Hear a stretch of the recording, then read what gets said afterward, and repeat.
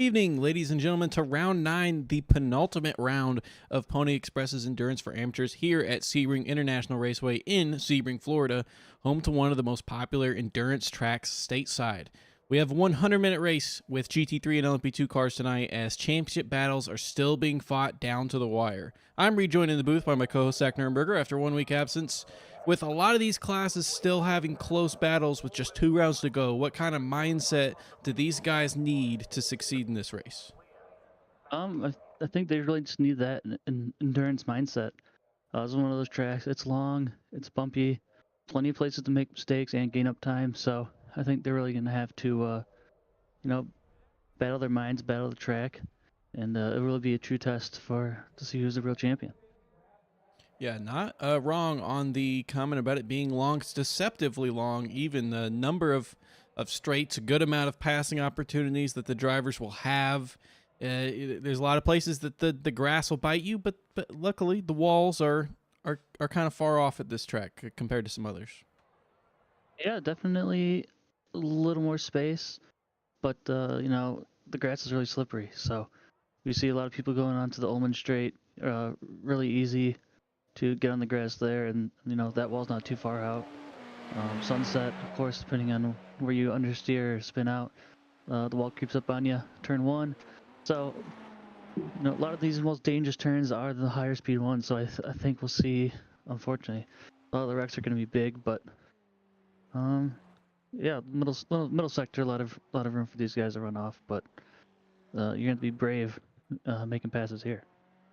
Yeah, I think it's fair to say I have not really seen too many races in any series or any league go clean for the first few laps here. It's just some of these corners just kind of sometimes invite some early chaos, so it'll be something we keep an eye on. Also, you can see a frankly ridiculous number of timed sectors. So down there, purples means that they're the fastest in their overall class for the qualifying session so far, but one purple will not make your whole lap, given that there are a total of 7 sectors you've got to nail to put yourself on pole. It's going to be almost looking like the Nordschleife sector times here, like you mentioned. But yeah, we're going to see a lot of times looking like Paul skips right now. You got some yellow, you got some green, you got some purple, and it's just going to be the best average. So like a lot of these longer tracks, you're going to have to piece together the entire lap, not just one little spot. Well, yes, and luckily, unlike last week where there was a mistake and it was a one-shot qualifying, the drivers are back to having their normal 4 laps to do it. But with the length of this track, they kind of gotta get going early to get all 4 of those in. Paul Skip is the first time on the board for the LMP2 class with a 1:48.3. We'll see how that matches up. It's still a lot of purples left there, even despite some other LMP2s on track right now. And you gotta wonder too. We've seen situations where tires fall off. How are they gonna hold up on this track? We're gonna see anybody try and pull any pit stops, but I guess we'll just have to wait and see there. Daniel Real going on pole by 8/10, very early doors, but that was a very strong lap to start off. Pletty, there you go, just to mention it.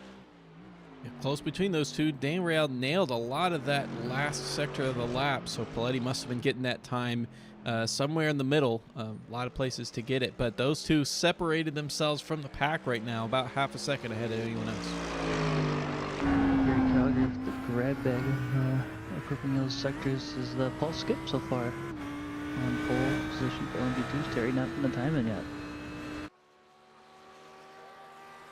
You see Paletti deciding to use the Audi again. He's been using it for the last few races. It's served him quite well. I think all of his last 3 wins in a row have been in the Audi, if I'm not mistaken. At least 2 of them are.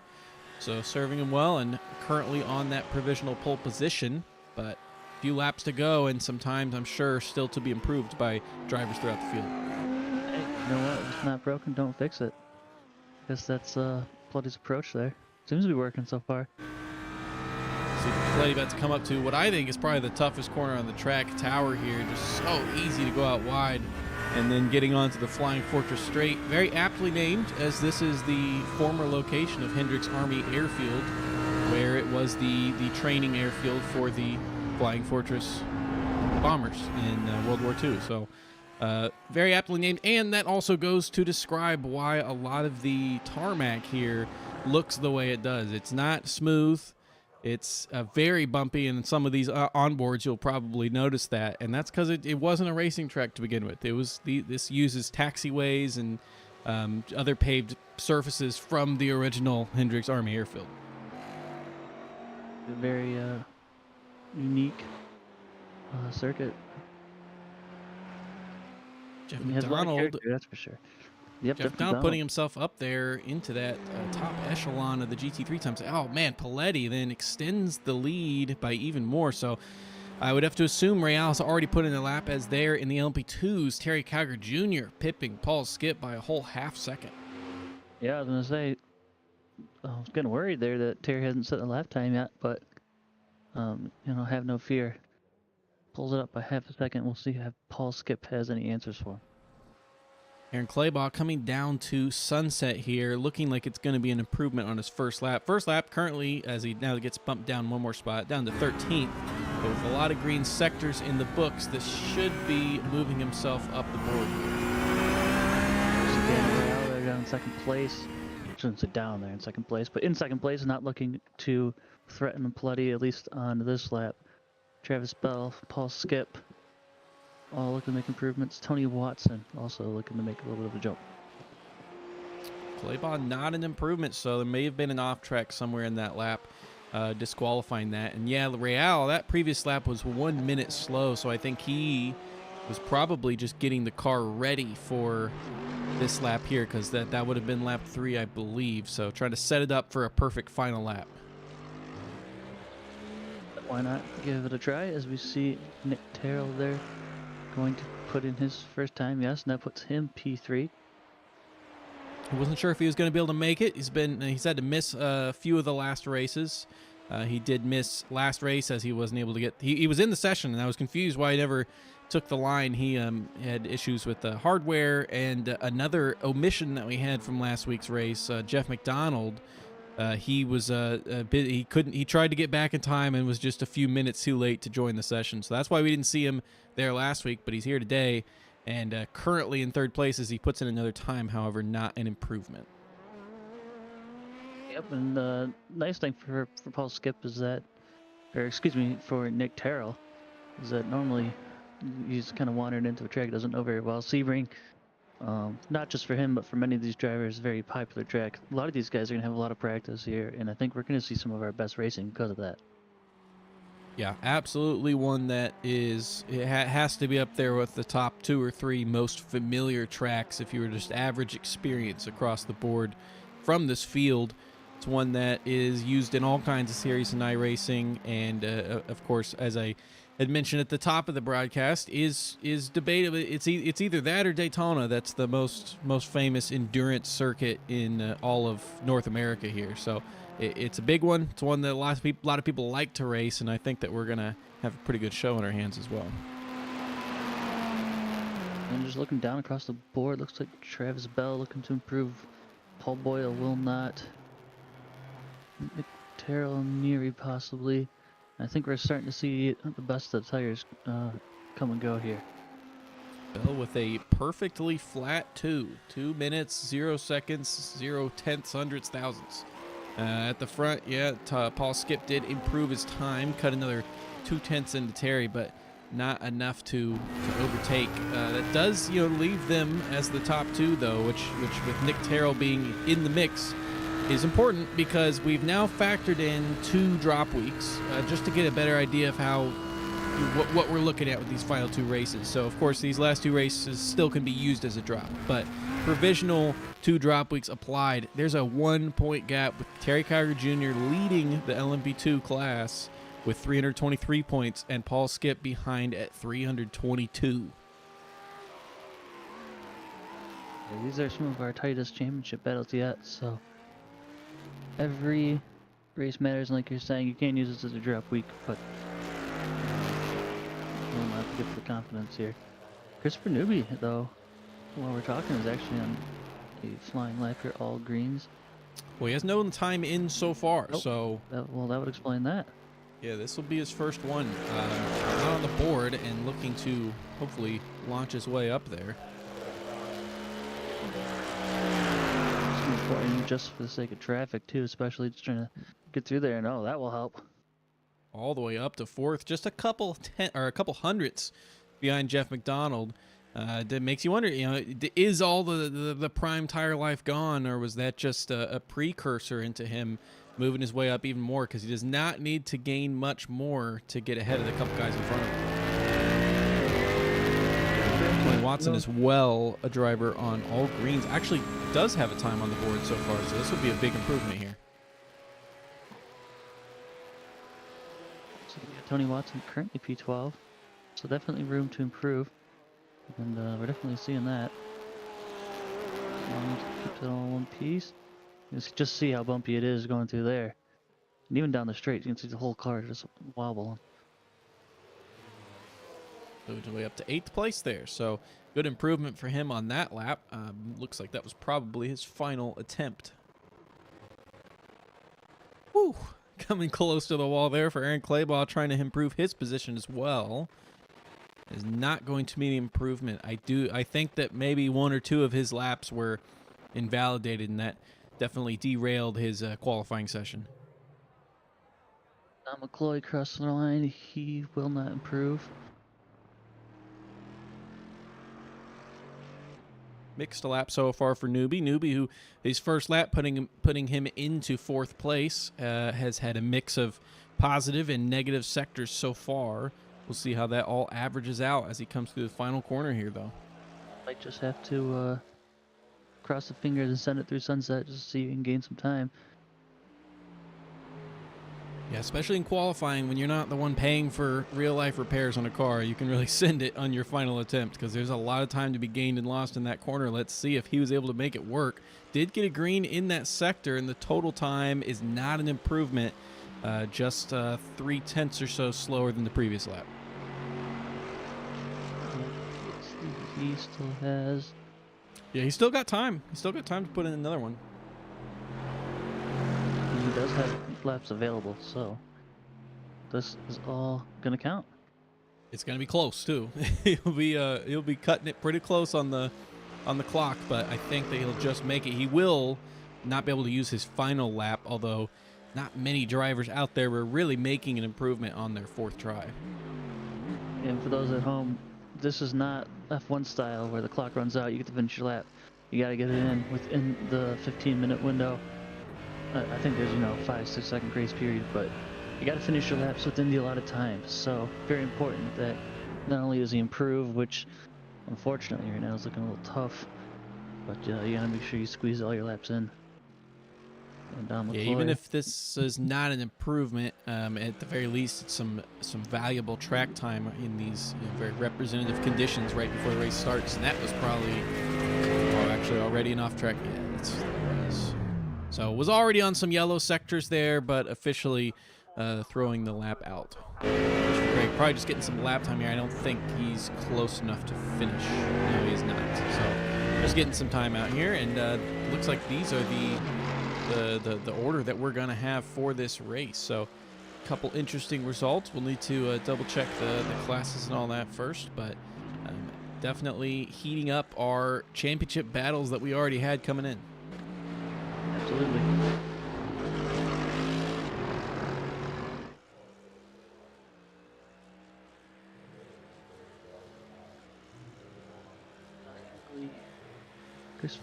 Christopher Craig actually is still on a valid lap. Yeah, he's just Yeah. just slightly Yep, just slightly too late. short. That's gonna round it up right there. All right, so we will be back in just a few minutes as we verify these results, and we will we'll come right back to the action. So stay tuned.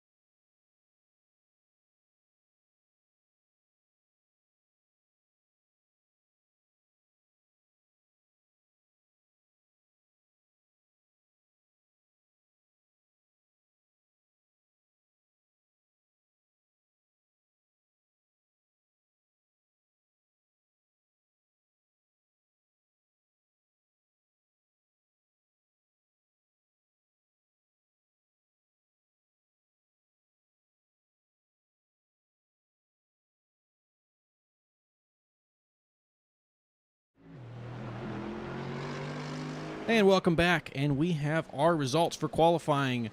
Our pole position sitter for LMP2, Terry Cowger Jr., yet again, 3/10 ahead of Paul Skip in second place and Nick Terrell in third. Andrew Neri comes in fourth, first of the B class, the two drivers we have in this race today. Paul Boyle, fifth place, right behind him, Don McCloy in sixth, and John Kelly in seventh. Standings for GTD, we have Nicholas Plutty, followed by Daniel Real and Jeff McDonald. Fourth is Christopher Newby, followed by Ken Huber, Adrian Garcia, Travis Bell, and Tony Watson in eighth. Ninth and top for GTDB is Christopher Craig, followed by Joshua Doty, Kevin Bergquist, then James Foreman in 12th. 13th is Anthony Barrett, followed by Ryan Jeevan, Aaron Claybaugh down in 15th place. Then comes Daniel Hingley, Leonardo Elijah, and Craig Willis, who did not set a valid lap time.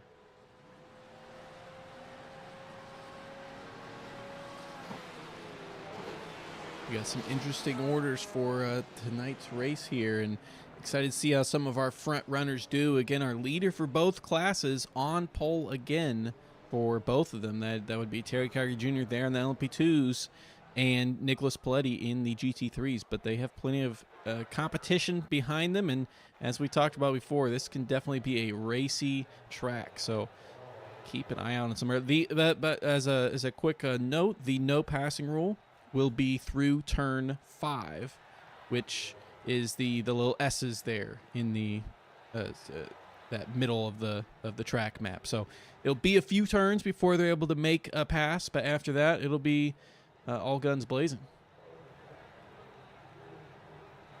We're going to see who can keep it on the track the first couple laps, just like you were saying earlier. The first few laps always get slicey and dicey here, so a lot of slipstream too in the LMP2s. We'll see who's brave going in the sunset. Even more than that, I think we'll see some pretty hairy moments with traffic going in the sunset. Luckily, the longer track length will mean that the GT3s get a little bit more time before that the lapping action comes up to them, but it is not going to be easy. And we've seen traffic management for both classes be a story through the races every season. This is not going to be an exception. There's always, we always talk about, could, space them out, this, that, blah, blah, blah. And then there's always some sort of incident, something that happens. I don't want to curse anyone in particular, but unfortunately that is just the reality of racing. You get 20, 30, 40 people out on track, something's going to happen. So, there's one way to find out, though. Get the very long pace lap here for Terry Cowger. Just as an aside for our B classes, looking at those there, the battle in LMP2B for the entire season has been Neri and Kelly. They've consistently qualified very close to each other as well. Just as a clarification, this corner they're going through now, this is the corner 5 that they will be able to pass after. But Neri and Kelly being the two that it's coming down to, and Neri has actually outqualified Kelly pretty well today and has 2 cars between the two drivers as well. So he needs to catch up some, given that there's just a smaller field of LMP2s, and this may be the opportunity to really do that. Yeah, absolutely. Like you're saying, all these points count. So even though Boyle and McCloy not in class, those positions all matter. So really one of those weeks where you got to capitalize on your strong pace, and that's what makes a champion is their ability to, do such. So we'll see if Neri can piece it together. Paul Boyle, of course, looking for a bounce back week as well, although I was not here last week. So Christopher Craig there getting up inside the top 10 as well for GTDB. Yeah, Christopher Craig continuing to improve his qualifying performances while always having that race pace. Again, he has a pretty, when you compare it to the other classes at least, has a sizable lead, has about 20 points on his competitor behind Kevin Bergquist, who is second of the B runners there, just a couple spots back in 11th. Now, Kevin really needs to make up a lot of ground in this race to have a chance come next week. But past that, I mean, those two guys for the GT3B, it's just them because it's another 40 points back from Kevin Berquist to Rick Hughes, who actually isn't even at this race here today. So that's our battle for GT3B coming down to Craig and Berquist, and Craig just needs to keep it cool and finish it clean. Yeah, but those larger classes, of course, if you can pull off a P4 or 5 or 6 and, you know, your rival has a bad day down 13, 14, 15th or something, that's a really, really big delta compared to, you know, let's say Terry Calger finishing 5th or something like that. You know, you only lose 5 spots. So there's a couple weeks left and it's going to be tight, but, you know, GTD have those bigger gaps. Of course, still a lot more to race for because of that reason, and, you know, a lot of people in the midfield too, as well, trying to make a strong season finish. So don't count anyone out quite yet. But certainly, Absolutely. like you're saying, Kevin Berquist needs a big result tonight. Absolutely, and we'll have a good idea of how it's going to turn out in just 100 minutes at the end of this race. So Terry Cogger Jr. leads the field around the final corner around here, around Sunset. Will be no passing through turn 5. After that, any first lap incidents will be investigated, but Terry Cogger looking for the green flag. Green flag's waving. They are running. Keep them in single file. Make sure there's no incidents behind, though.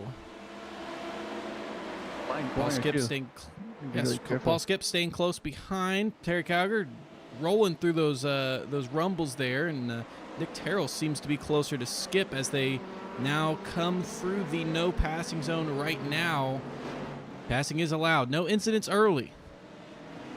Yeah, Nick Terrell actually got a really good run through turns 1, 2, 3, but Paul skipping that final corner there coming out of 5. It's a really good run. Terry's not quite out of the woods yet, although he had a really good start. A little bit deep there by Terrell as that gap between second and third has grown a little bit. No positions changed except for at the back there, Craig Willis, who started either in last or from the pits. Let's just check out, let's see here. Both in the Mercedes making a pass in the no passing zone. Continuing on, Terry Cogger Jr. holds first place with Paul Skip just less than a second back. I mean, I'll be honest, this is a pretty good start for Terry here. He's nearly broken that 1 second where he had for just a split second there, and he's looking really comfortable. And you know, you want to try to do as little fighting early on as possible. Yeah, I'm just trying to take a look at the time delta here from Paul Skip to Terry Cogger, and it's hovering about 1 second down the entire straight. So it gives us good indication of the slipstream range. You're going to be pretty close. Speaking of watching some slipstream, we'll see what it does for these guys down the straight. Didn't really seem to do hardly anything for Daniel Real as he stayed close to Paletti throughout that entire straight.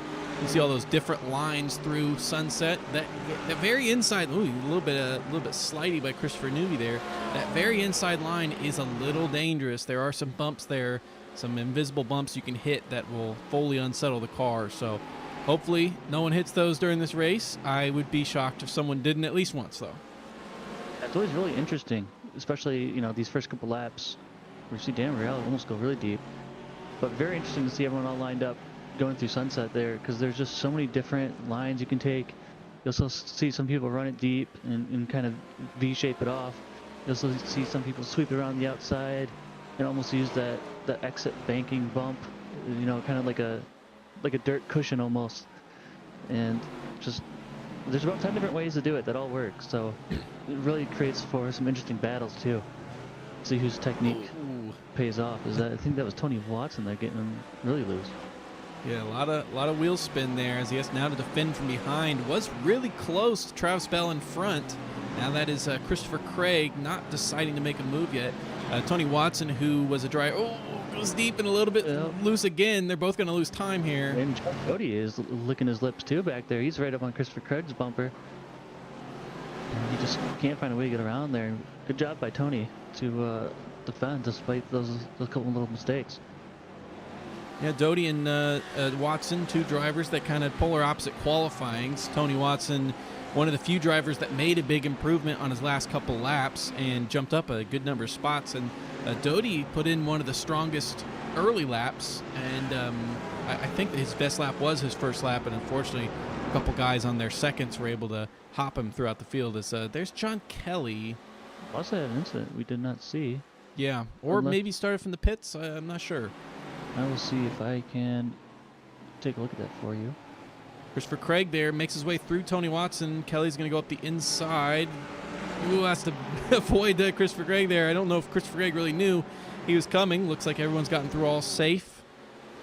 Most drivers staying still within, half a second even of each other. Josh Doty trying to make that attack on Watson. Watson stays on the inside, goes a little bit defensive on the line. It looks like he's going to be all right. Is Doty actually close enough? Going to back out of it.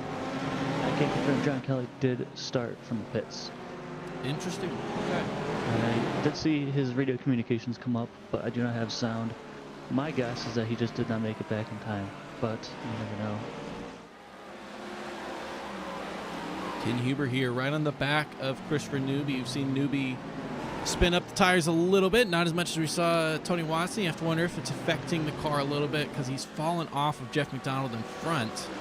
But Ken Huber, in just his second race with the league, already looking really strong here. Ken Huber, a new face to me, of course, as I was not here. So good to see that even towards the end of the season, we have a lot of new guys coming out and joining us, so it's really awesome. As you can see, John Kelly there just ducking and weaving, trying to find any room he can.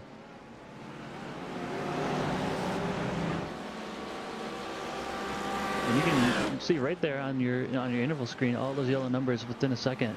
That is just how close the gaps are. From Daniel Rial all the way down to Aaron Claybon 14th, everybody is within sniffing distance of each other. It is interesting, a little bit interesting that Tony Watson being the only one, despite all those being sub 1 second, well, Vahil now makes it second there, but the only guy that was sub half second. So they're able to stay close, but no one's really bumper to bumper to each other. I'm not really sure what quality of this track that's kind of causing that there, but man, that Porsche, I mean, it looks way faster in Sunset than at least Christopher Craig's Mercedes there, as Watson now closed that down by another couple tenths, and Dan Real puts in the fastest lap of the race there in second place. Yeah, Dan Real, just like we're talking about, within that sub 1 second, so fastest lap as well. And Nicholas Plutty's going to have to respond here if he wants to stay out in front. Front of our LMP2 class, Paul Skip here is about the same gap that we saw at the end of lap 1. So here we are halfway, or more than halfway through lap 4, and it's pretty much the same gap. So, is it management by either side? Is that just kind of where it naturally kind of settled out, or we have to see where that goes. We have not seen Paul Skip in his wins this season make early lap moves, or at least the passes for the lead have not typically been early on. So you don't want to look into things too much too early, but the pit strategy will definitely come into play here, especially if you come up to some tough traffic, which we saw Terry Calgary Jr. nail last week. It was both just pace and pit strategy. Yeah, and these guys all spread out pretty evenly, and like you're saying, we're gonna have to see how traffic affects this. Just looking at that track map, you can see that nice long snake there of green dots. Those are all your GTD drivers, so it doesn't really matter. There's gonna be no good timing for anyone here, and we'll see how that separates these guys. But as you can see, still a good few laps before they come through for their very first time, as Leonardo Elijah there making a pass on Ryan Jeevan. So the pass was made for Jeevan, maybe off track here. Still not seeing Jeevan? Yeah, he must have been way off track somewhere back there. Yeah, perhaps maybe running wide in the grass or something, but Ryan He's Jeevan is in the actually pits in now. the pits in the Ford GT as well. Unfortunate to see. Bloody here experiencing a lot of pressure from Real behind. Now, we have to hope that Real is able to sustain this whole race, because he's had really good pace in the last couple weeks, and both weeks had a total wheel failure that took him out of it. We saw it coming down to the hairpin in Coda a couple weeks ago. Last week we saw it going into turn 1, again just turning straight into the wall. So he's I mean pace-wise, he's been on fire for, you know, especially like the last month. Maybe his wheelbase is on fire as well, but we're hoping that that doesn't end up becoming an issue again today. We sure hope not. Technical failures are definitely not fun. Also, I can't confirm Ryan Jeevan off in Gendabine there, turn 15, just getting on the curb, spinning it, and he was in the wall. So that is the update on that. That's an interesting. As they're coming up to Gendabien right now, definitely have seen plenty of spins. I guess maybe other than if he had gone inside to He that. actually got his left side tires on that curb. Spat him into the wall on the right there, I assume. Yes, that is correct, and tore off the entire rear bumper, rear wing, everything, and I'm going to assume he forgot to toggle a fast repair because he is still there. Yeah, Gendabien is definitely anybody who uses crew chief. As Dariel actually nearly making a move there. It's going to take an optional line here, taking a little bit wider on the entry, see if he can get the run onto Nicholas Bloody here. But Gendabien is definitely one that everyone who uses crew chief is aware of, because there's constantly incidents happening there, people going off. Paul Boyle into the pits early. That may be a tow. Let's see this. This is Paul Boyle. Got Dom McCloy right behind him, coming into the braking zone. Oh, just maybe on the brakes a little too hard in that forward weight transfer. I'm surprised he towed though. No damage, it seemed. Yeah, it's tough to jump into a car midway through the season. He's tried to task himself with that after kind of having a much maligned start to the season in the GT3 class, and just unfortunately has not worked out so far, and looks like he's probably calling it. Yeah, he has called it quits. So we've got 2 drivers out already. However, neither one really involved with any other drivers. It was just incidents done on their own. So it's been a fairly clean start to this race. Yeah, looks like Richard Curry with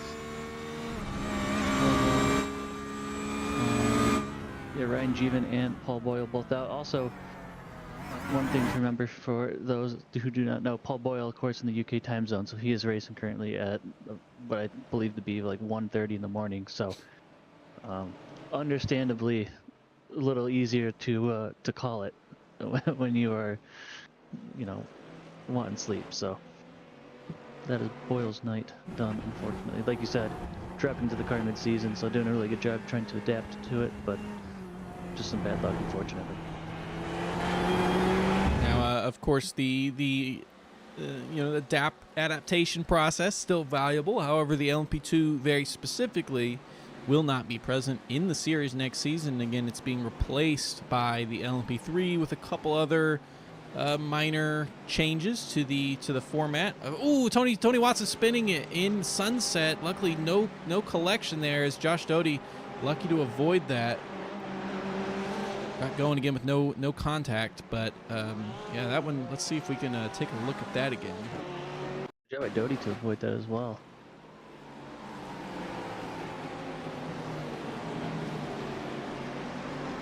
Yeah, I wonder if just that bumpy tarmac just upsets the car. It did look like he was pretty far on the inside, which runs a little bit of a risk, but race is certainly not over for him as he got it back going again. And hot tires, though, you can tell. Yeah, the traction control only helps you so much. But good job, though. You got very lucky, too, with that wall protruding just behind him, so if he would have spun 20 meters earlier, could have been a big incident to the wall, but Tony Watson lives to see another day in the Porsche. And is Ken Huber here? Looking to make a move on Newbie? Ken Huber has been close to Newbie this entire race. Honestly, all of these guys, I mean, despite the fact that the top 7 are in the positions that they started in, and the next 4 guys only being up 1. That it has been close the entire time. It's just that the actual positions have been held. But Huber here, one of the closest to another car on the track right now, and we'll see if he's actually close enough. If he's able to swing it through this corner here to make a move going down into Sunset.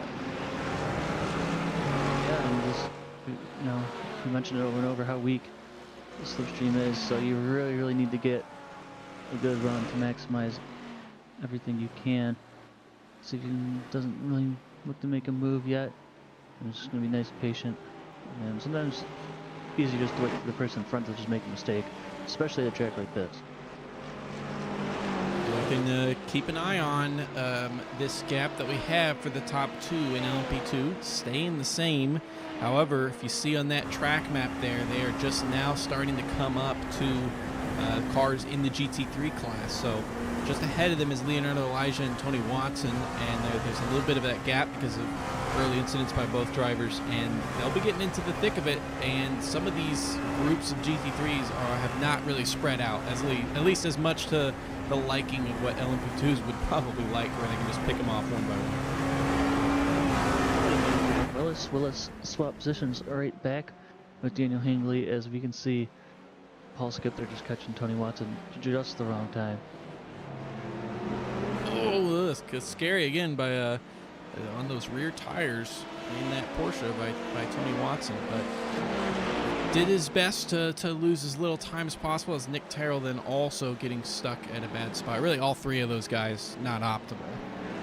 Thing I actually learned during the 12 hours of Sebring too, that people might not think about is, you know, everyone thinks about the speed and the downforce that LMP2 cars have, but the ABS of the GT3 cars down to the hairpin actually pretty much allows them to outbrake the prototypes.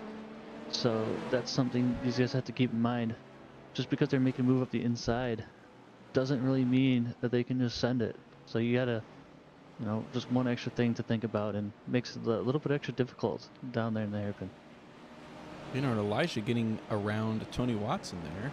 Tony Watson went off track. Let's see what happened here. On board with Leonardo. You can hear the noise. That's out at Tower there. Looks like maybe just a little bit of grass on exit. Really easy to run it wide there. Also, Oh, Paul big Skip bump is in the middle. first. Paul Skip is in Oh. first. Nick Terrell as well, making his way through. Let's see what happens here. This is some lapping traffic for Terry. Terry just On the grass, or it looks like on the exit there. Was that James? he James wasn't off track, so I don't have an Foreman actual involved replay in of it. there as well. I'm going to go see if I can figure that out. Let's check a different view of this here. Just loses it. Oh, just on the bumps.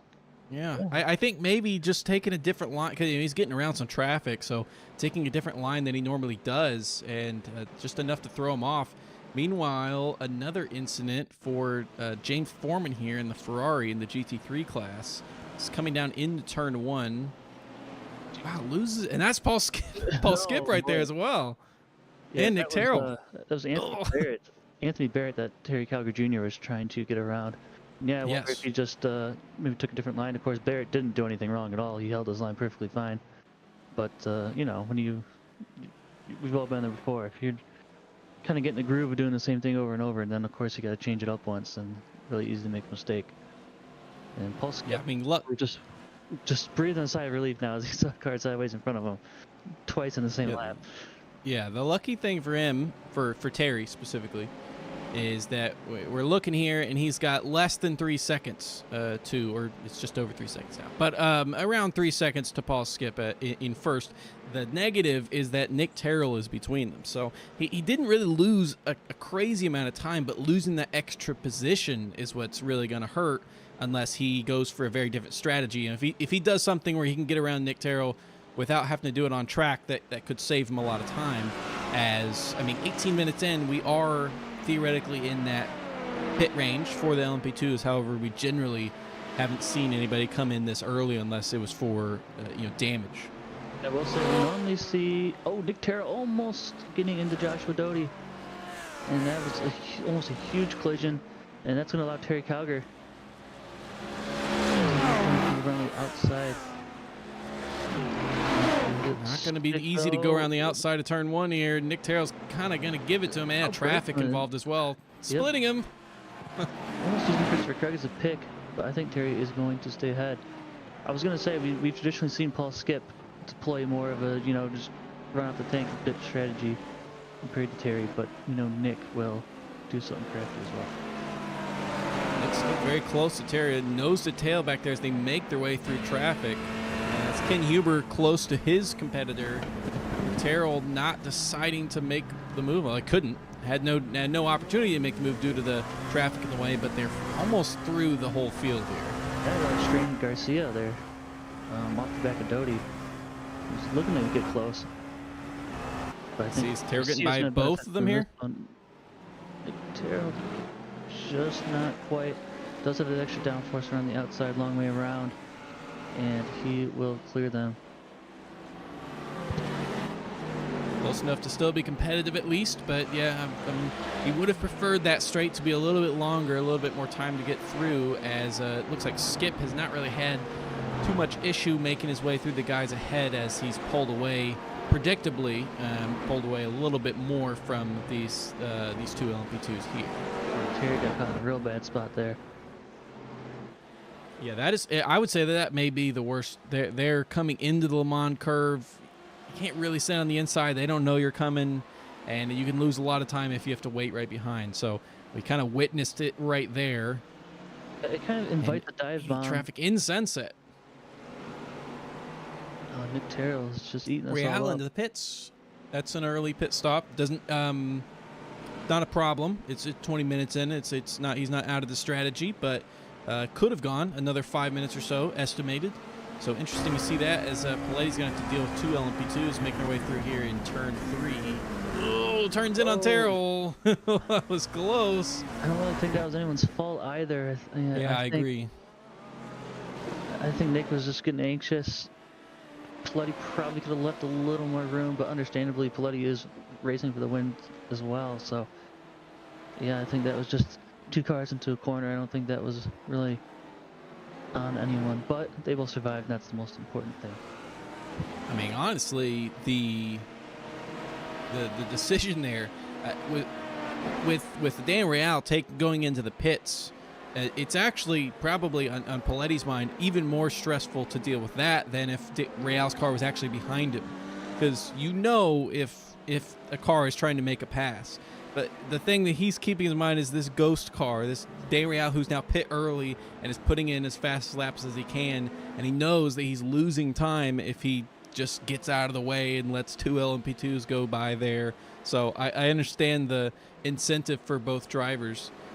Does seem like Terrell's fallen a little bit out of touch range of Cowger in front, but not far enough that it's over for him. Yeah, he's going to have to keep that in the back of his head. The gap now for Terrell of 1.6 seconds. It was almost half a second there before getting caught. We did have an incident here for Tony Watson coming into turn 1. We saw James Foreman lose it here in very similar fashion. That's John Kelly, and then Dan Real comes around the outside there. And then unfortunately, just after this, again, Tony Watson. Tires probably still too hot here.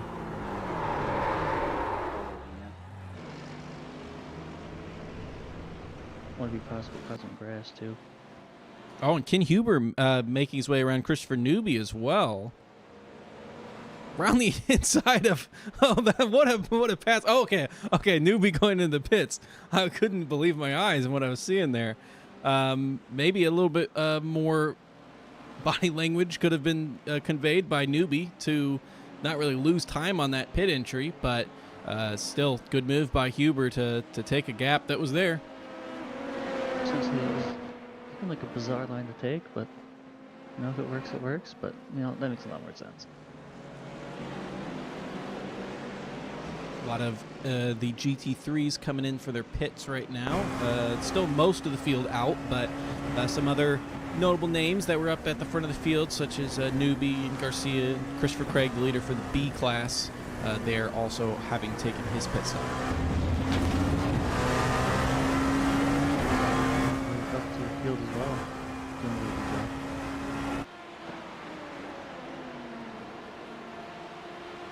Still have not had any more retirements from the race since lap 3 or whenever it was when we had the couple early on. So it's been quite clean despite some hairy moments between some lapping cars, but nice to see so far. And it's still looks like Terry is catching up to Paul Skip. It was firmly over 4 seconds before and is now, well, it's just barely grown to above 4 now, but about that. And you can see Skip was marginally slower last lap by just 500ths.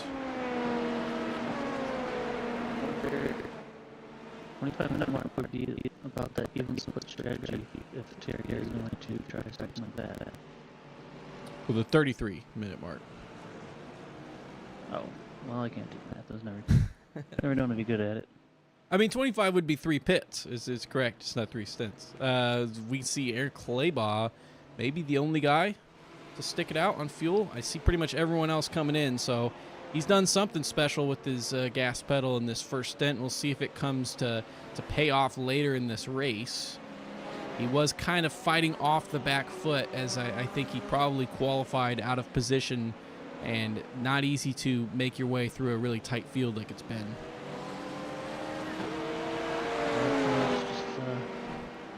Oh, Dan Real has taken the lead. Exactly what Paletti was probably fearing. Coming out of the pits, Dan Real is ahead.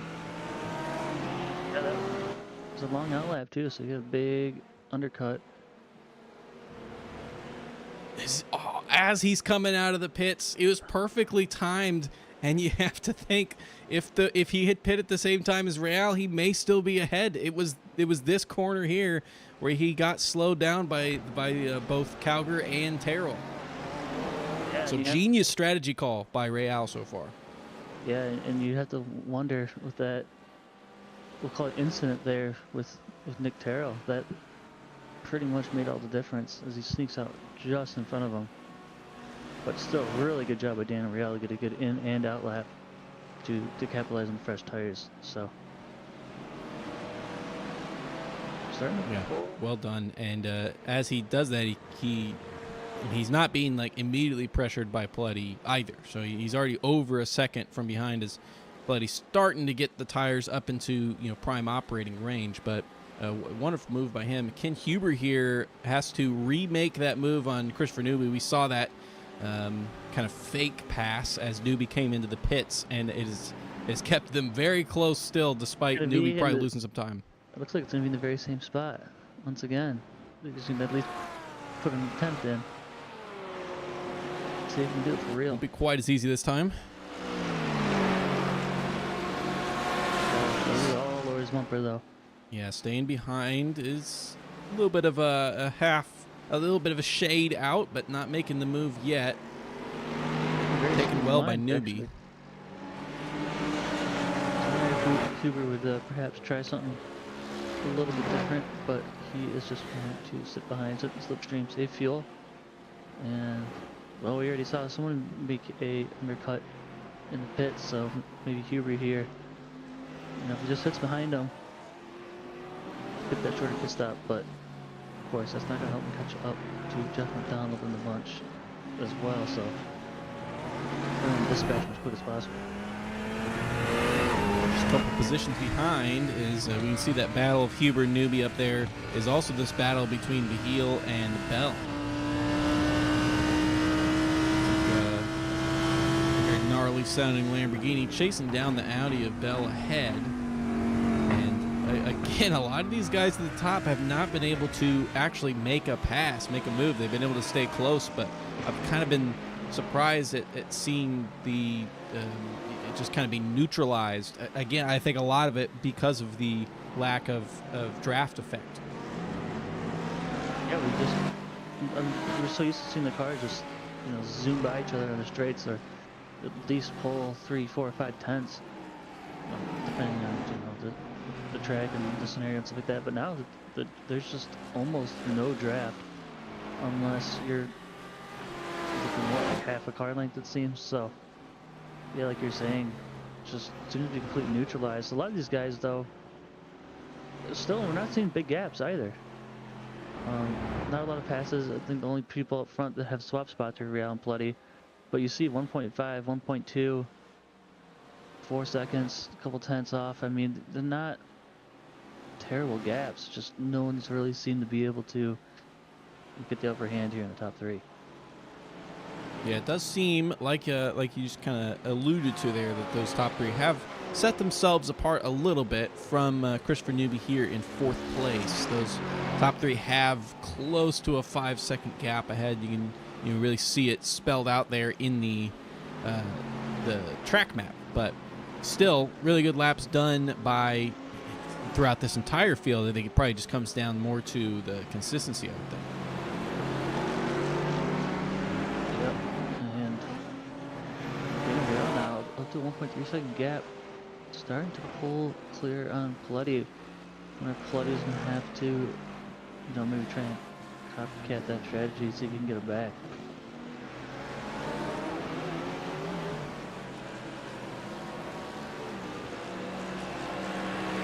Also, Terry Calgary up to only 2.5-second gap now. I believe last time we checked in, it was around 4 seconds. He's now hovering around 2.3. Yeah, definitely cutting it down. Let's see if it's visually closer. He does have some... Oh, and he makes contact with Josh Doty there. Oh, and that's a huge collision by Josh Doty. Right when we caught on, let's see if there's... we have a better view of this. Maybe check this angle here. Josh Doty. He's got Terry Carter behind. I believe it was a really big net code. Oh, yeah. Tried to keep it. It just was never going to stop. That's an unfortunate netcode incident there for sure. Does it have any damage done to Terry's car? Maybe on the front left. I wouldn't imagine so, but find anything. It does not look like it. he did shade to the middle of the track a little bit, but clearly the cars should not have actually made contact. So bummer to see there as he weaves his way through some more traffic coming up to Christopher Newby now, and now has that gap between 3rd and 4th for the GT3 field to kind of make some space. Luckily getting through this section without running into anybody. But Skip, not the same story. He is behind this group going through the toughest part of the track, unfortunately. It is Jeff McDonald in the Ninja Botanicals car. And hopefully he's... Paul Skip's thinking maybe he can give Terry Calgary the same treatment, but I think Terry's going to be able to get him going to the section. I don't know. It'll be really close to see where they come out. But Paul Skip isn't seeing a track map. If he can clear this final car Galen Real, he has a lot of clean air ahead of him. Chloe here trying to chase down Engineering. Engineering's done well to keep that 4th place spot that he qualified in, and it's at times been pretty close between the guys as he's not going to be able to make a move there. Got to be able to spread him back out again. A little bit before that, Travis Bell with a I thought maybe it was a mistake. There was a collision there with Christopher Craig and an invisible wall doing a lot of damage to that car. That looked like it may have been another netcode as well. Let's see if I can get a different angle on it. Nah, that one was real. Not a very hard hit, but in the braking zone, as soon as a little nudge is all it takes. Ooh, and also this incident as well. That's exactly what I was talking about before, where if you risk that move to the inside as the LMP2 into Le Mans, that GT3 most likely can't see you. Like you're just hoping, and Real did not see him there for you know, having raced this track, Tom McCloy getting really loose there, making ways through traffic. Unfortunately, that has now removed Dan Real from that first place spot. And I will Shouldn't say, have any damage. Terry Calgary did miss the apex there, did the understeer and slide. So unfortunately, you're gonna have to put that a little bit on him. But of course, with that being said, if Daniel Real perhaps didn't have him in the blind spot, maybe he would have lifted a little bit. So, I mean, he doesn't have to. That's where, of course, what it comes Yeah. down to is, it is on the faster car. They got more control in the situation. So yeah, that could be, I would imagine, 2 quick little incident point pickups. He had the first one with Josh Doty, which that one was netcode, but it still would credit him with it. And then that incident there with Dan Real. So a track where getting some off tracks is not uncommon. Are we looking at a incident point issue for Terry in this 1-point championship battle? let's take a look. Craig Willis and Daniel Hingley also out of the race. Right now we are currently looking at Terry Calger. Tony Watson is the leader on track with 9. Terry Calger with 5 in second place. Everyone else hovering around 4 to 3. So, I mean, that's close because again, when at the point at which you don't get any more points, that's when we get into the double digits. We're about a third of the way into the race. So, I mean, if you've got 4 now, I mean, if it were to trend continue that way, you're not going to be getting any points. But it's a little more complicated than that. Of course, the incidents come more often in the early part. But look at that space that the LMP2s now have. Actually, Skip coming up to Kelly right now. But Skip, Calger, and Terrell have a huge amount of open track in front of them. And that actually, as a Nary McCloy, are now through the entire field also.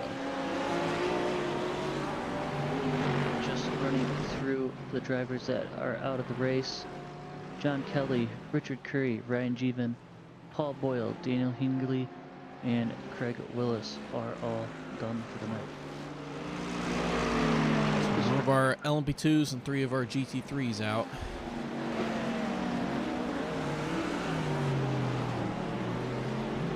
Leonardo staying Elijah there up close. 5 spots as well. So that's a pretty good job. I think the hardest charger of the race so far. Yeah, Elijah and Claybaugh. Claybaugh also potentially has some more to come. Not only is he close to Kevin Berquist and Travis Bell ahead, but he also has that extra lap that he went. Oh, and Huber making his way on the inside. He's going to have the advantage coming. He's going to go on the outside, but as long as he's got a wheel, he deserves some room going in the tower. Oh, he's going to back out. And the collision between the two. Wow, I have no idea how. Yeah, how do they Just keep scooped him going up right straight? there. Yeah, that Ferrari, man, that thing's pointing like a shovel, but really good job there by Huber to, I would say, keep it off the bumper. I don't have sound. I would imagine they made contact there. Yeah, But, they did. There, you can see it on the front of the car as well. Yeah, but good job to to lift off and try and keep it as clean as possible, of course, and make the pass on track. But there's no way he was lifting going around the outside there. He waited so many laps for that move to present itself and gave it the best that he could. And Pit stop all of for our second through LMP2s are in the fifth. pits. Yeah, Skip keeping it out, but second through fifth coming into the pits. That situation with Huber there, I think he would have been better to just keep it stuck in there racing. I think he backed out, and I understand why he did. He was like, I'm not going to be able to make a move there. But he was so close, he couldn't really get back in line. But, yeah, luckily that they both got out of it with just a little bit of a... Sacrificing his line, kind of forcing him to carry extra speed through, which then caused that incident. I see exactly what you're saying. Sometimes, you have to get a little greedy and trust that they know you're there. But he, it's a tiny bit of damage due to fast repairs. And he's still stuck right behind him here, so he will have plenty more opportunities with just over an hour and 2 minutes to go. Jeff McDonald has kept it pretty close to Nicholas Piletti here as well. Oh yeah, that gap was, I think we were talking earlier about 1.5 seconds, so all over him now. Okay. Nick Terrell, he must have had an incident that we didn't catch. because he is obviously ahead of Terry, as we can see here, but by a good amount. I don't think he pitted yet. So Skip coming in the pits. I'm not really sure. I can't figure out what happened with Terrell there. Terrell passed Calgar while Calgar was in the pits. But I don't remember seeing anything big happening to Nick. They were very close right before that. I'm going to see if I can take a look Skip, for you. by the way, in the pits now. Lap 17 for Terrell was a 2-minute 26-second pit stop. Interesting. Never happened. Didn't catch it. I don't know if there was maybe a speeding penalty coming in or something worse than that. Not sure. Yeah, and I cannot go back and see either. So interesting. Excuse me, I was looking at the wrong set of times.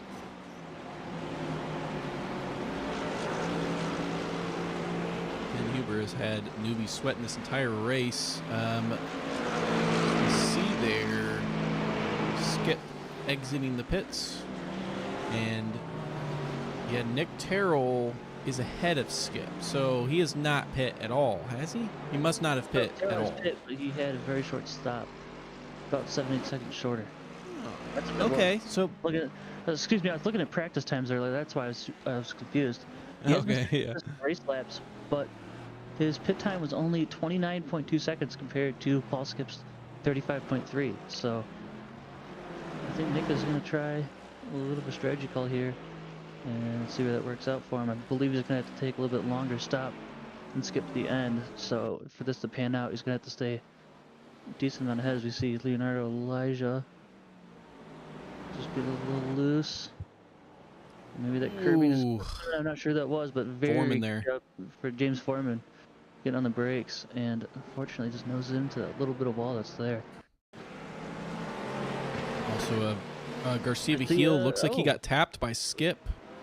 Let's check a better view of that. Let's see this again. Weird that the cars melded into each other. There's some funky netcode stuff going on in this race. I'm just taking another look from my own angles to see. Yeah, see if Paul Skip has a little bit of damage perhaps. But it does not appear so. Thinking his lucky stars there, and that's going to play right into Nick Terrell's hands. As Ken Hubert still looking to make a move on Christopher Newby's bumper. He's going to be dreaming about that tonight. Yeah, that was a very interesting incident there. I mean, I think that probably Calgar getting catching up to battling GT3s coming into turn 3. That's tough. Is Hubert going to take advantage? A little bit of a tap between the two cars. Rubbing his racing, as they say.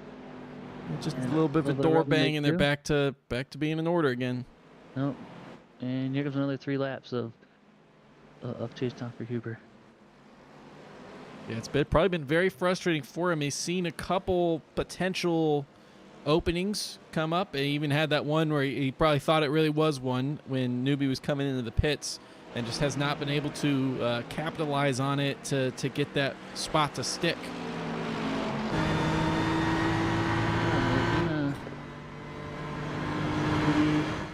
It's 50% fuel, so they will have to do. You could stop now and do 30 minutes and 30 minutes. So I think this is the very beginning of the fuel window to get to the end. I wonder if we're just gonna see. I think Huber personally just has to try and do something to get past Newby, or he just has to hope that Newby tries to pit early and he can run away. But he has to just either try and pull a move or just do the extreme opposite of whatever Christopher Newby is doing, and just try and pull distance that way. Yeah, I would agree that making a strategy call may be the right choice for some of these guys in close battles, such as Ken Huber there. But I will say it is a lot easier for us to say it up here with all the information, everything that we get to see coming on. I don't think we've really seen anybody do such a bold strategy.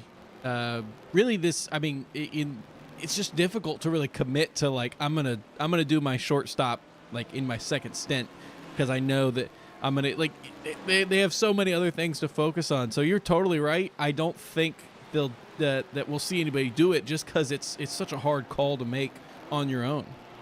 And like, I guess another thing to think about too is you have fast repairs. But you know, let's say you stop right now. If you have an incident that requires a fast repair anywhere that's not 3 minutes from the end of your stint, well then that kind of just messes up everything and forces you to have another stop. So, you know, like you're saying, you know, I can sit up here and come up with all these different scenarios, but those guys down there, they don't have all that information. And of course, the bolder they try and go, the riskier as well, because if you're trying to stretch every little bit, then any little incident will derail that. Whereas, you know, if you just have a full tank of fuel right now and you try and get it as close as possible, well, if anything happens, whatever, just come to the pit and change it. So, yep, definitely a lot for these guys to keep track of while racing for 100 or an hour and 40 minutes. Boy and Neri just making their way through some more traffic back there, and he's kept it close still, has not been able to make a move. That kind of seems like the story of both classes for many guys in both classes. Able to keep it close, but not able to make any effective moves. These would be big points for Neri on with this battle, John Kelly too, if he could keep the flow between them. But it looks like it's going to be tough. There's still a lot of time to go. As it stands, the points for John Kelly right now, he's at 279. Andrew Neri is at 270. Now, just on positions, that would be 4 points that Neri's catching up. Now, you have to run it through your head. Then you have to, the drop weeks, are any of the drop weeks that they've already got, are they going to change? What are the safety points looking like? So it does get more complicated than that, but it's an important first step to trying to take that championship in our final race next week.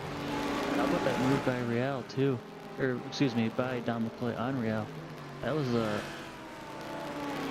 moonwalk bumper there, only a couple centimeters off it looked like, so really good job to sneak that one in, and he's going to get Jeff McDonald. Oh no, Ken Huber has towed. Let's see what happens here.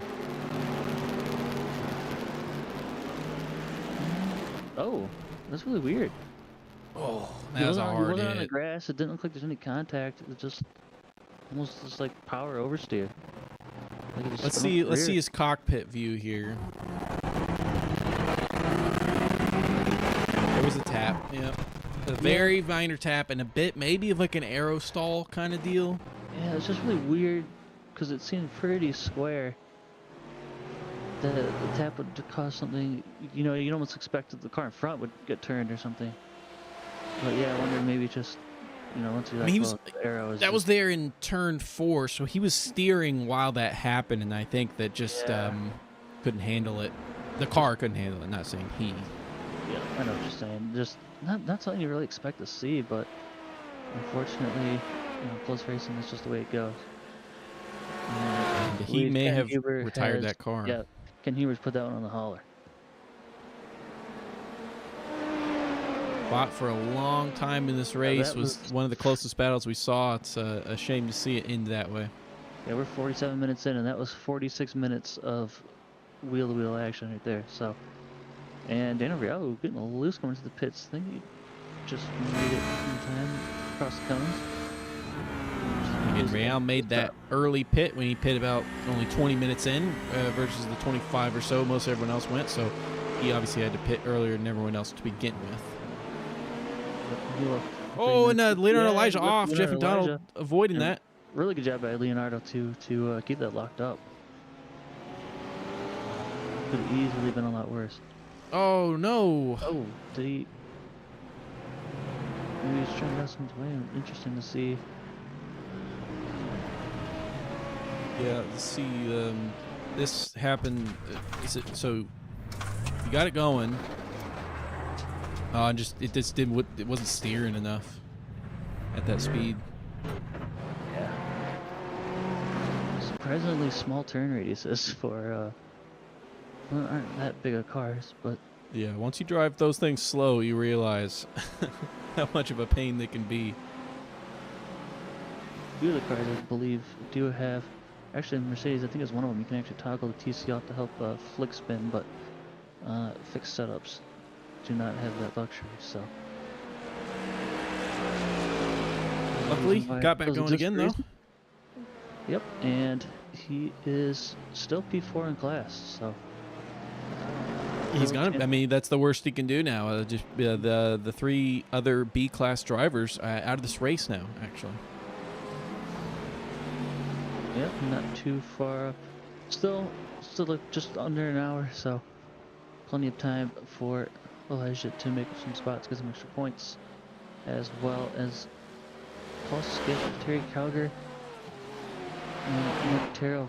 Terry Calger getting all over the bumper of Paul Skip now, but you know what? Terry Calger's going to finally get past Paul Skip and still not even being first.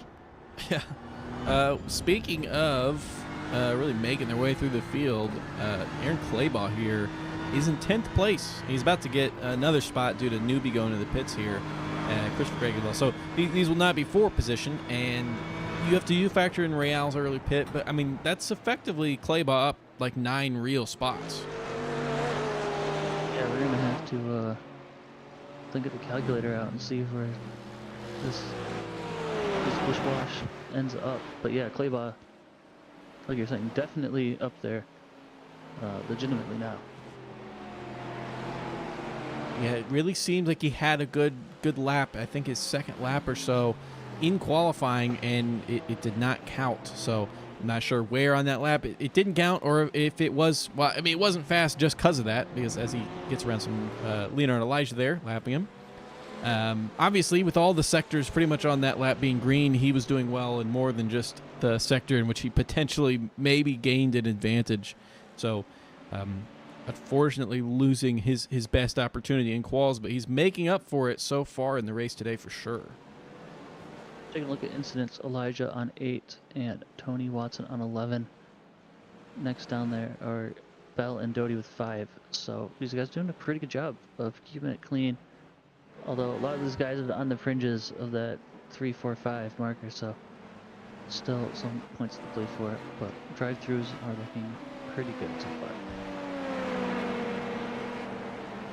Yeah, last week we actually saw both of our race winners in Nicholas Paletti and Terry Cargill Jr. get the 5 bonus points.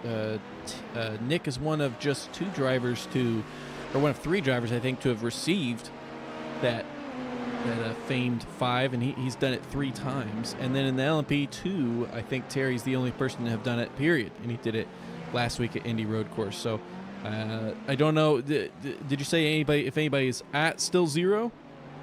If you look, John Kelly, Nicholas Pletty, and Andrew Neary all on 0.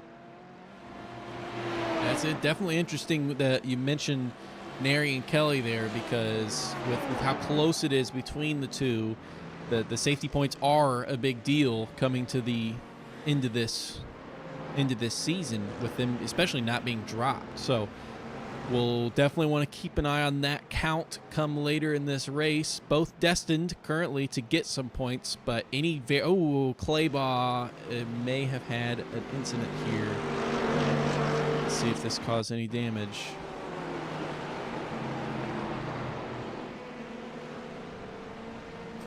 Oof. I'm gonna guess He got away with it, maybe. should have caused damage, but maybe he did get away with it.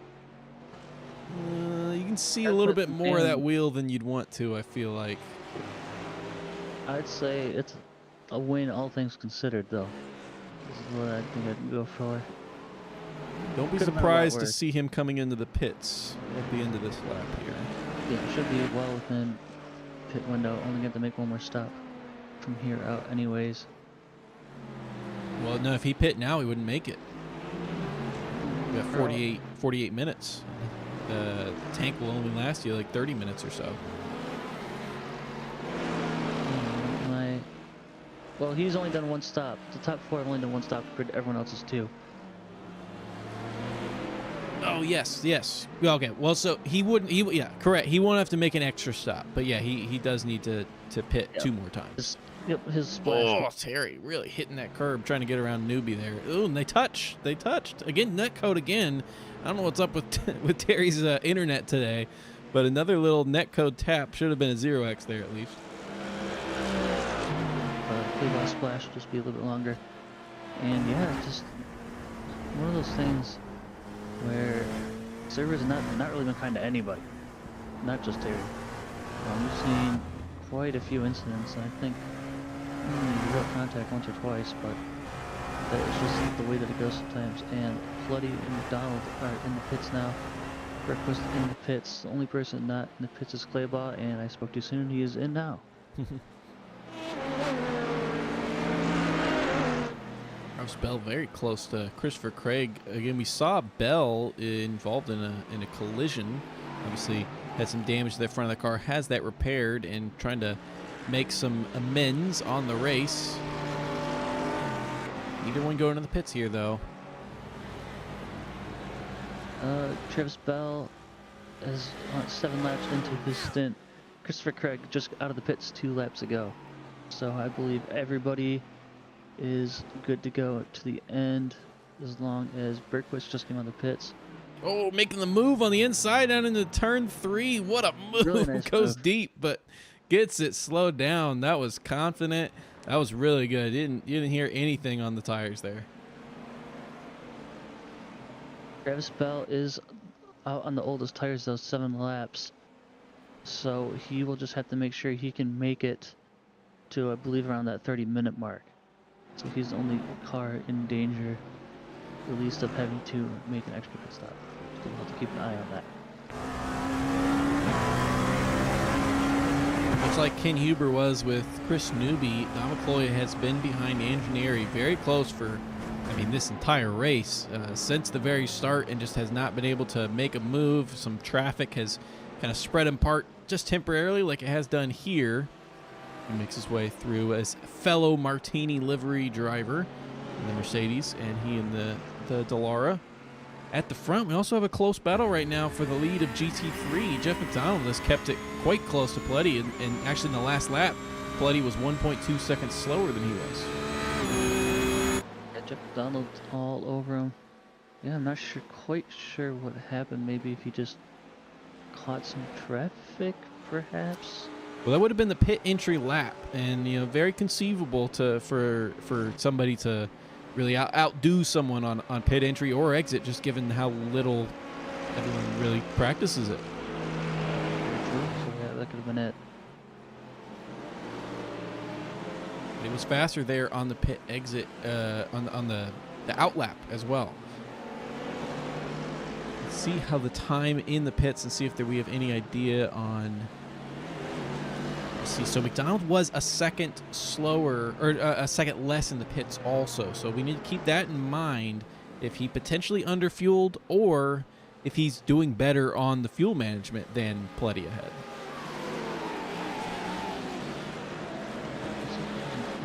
Somewhere.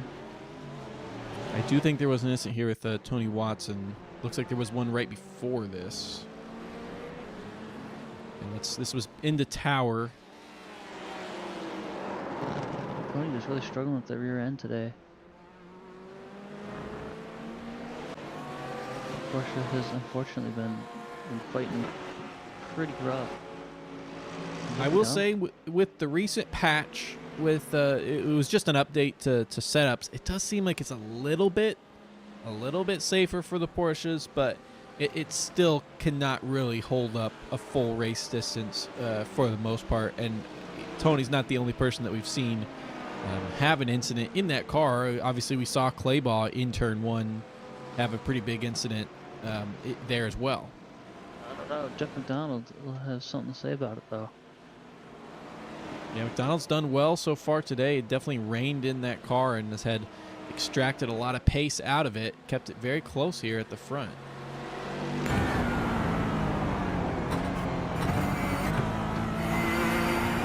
Interesting hearing his engine tones there. Really early downshift there in the middle of Sunset. Maybe just get some more of that engine braking done.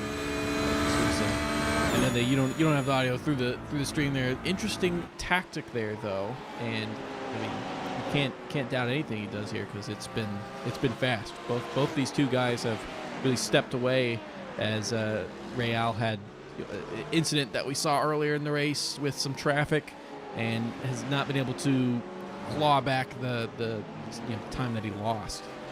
To say that though too, perhaps just maybe using the engine braking, like you're saying, that inside line really bumpy.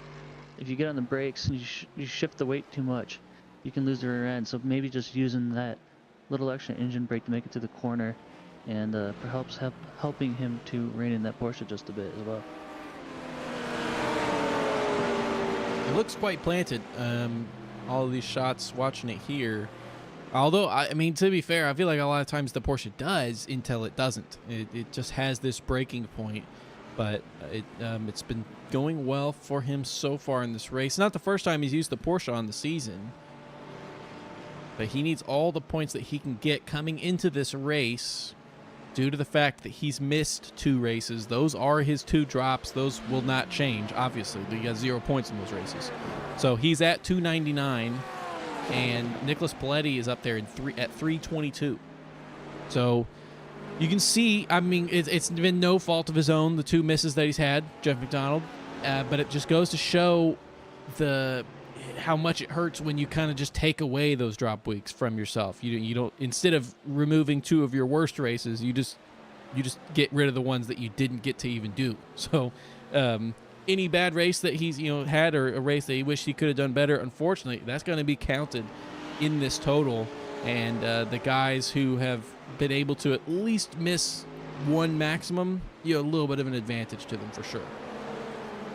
Yeah, it always helps to just be able to attack every race and get creative and have some good strategy calls, have some bad calls, and you have that little bit of buffer. But unfortunately, like you're saying, once you kind of take that out of your own hands, you are at the mercy of your own mistakes. But never say never, and still doing a good job to capitalize with what the hand that's been dealt to him. So Don McCloy finally able to make the move on Andrew Neri. Let's check this out. For P4 in the LMP2 class. Neri just looking in the mirror a little bit too much probably, and goes deep on the brakes. Doesn't lock it up too bad. Stays on track at least. I think those guys are both fighting for their 0x too. So Andrew Neri finally did get 1. I wonder if it was... Does Kelly still have 0? Kelly is still on 0. That's big news. Because I mean that actually makes up for the position that he's down from Neri. And I mean, obviously he's got the lead already of 9 points, I think. Yeah, 9 points. So big news there, and that'll definitely hurt Neri's chances unless Kelly has some incident. Now Kelly, 40 seconds back from Neri, not a threat for the position. So I think we'll probably see Kelly drive very safe for the last half of this race here. But like we were saying about information, he probably doesn't know any better. So yes, of course. Yeah. I guess he knows that he has 0 and then he wants to hang on to it. I guess he can, you can take a look at some of those deltas and stuff, but John Kelly does not have the luxury of knowing what's going on. And we see Jeff McDonald's going to try and do his best Huber impression here, as he is right on the back of Nick Bloody, but still just unable to get that final move done. And I believe that's Leonardo Elijah in the background there that they are creeping up on, and perhaps lapse traffic maybe playing a role.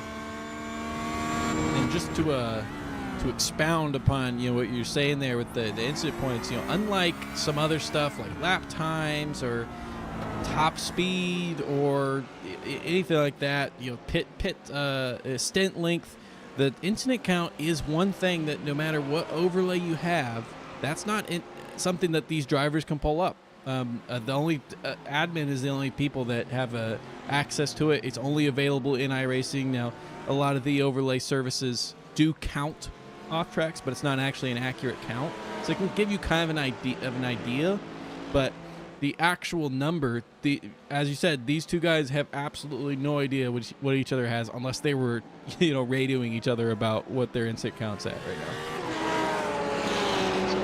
Of course, knowing that he has that 1x, as you know, he's got to do his best he can here to fight back Don McCloy, perhaps. John Kelly, the 40-second gap, not likely to chase him down anyways, but he just knows what he has in his hand. And he's going to try and play those cards here as we see Anthony Barrett, who is on the podium spot here for GTD.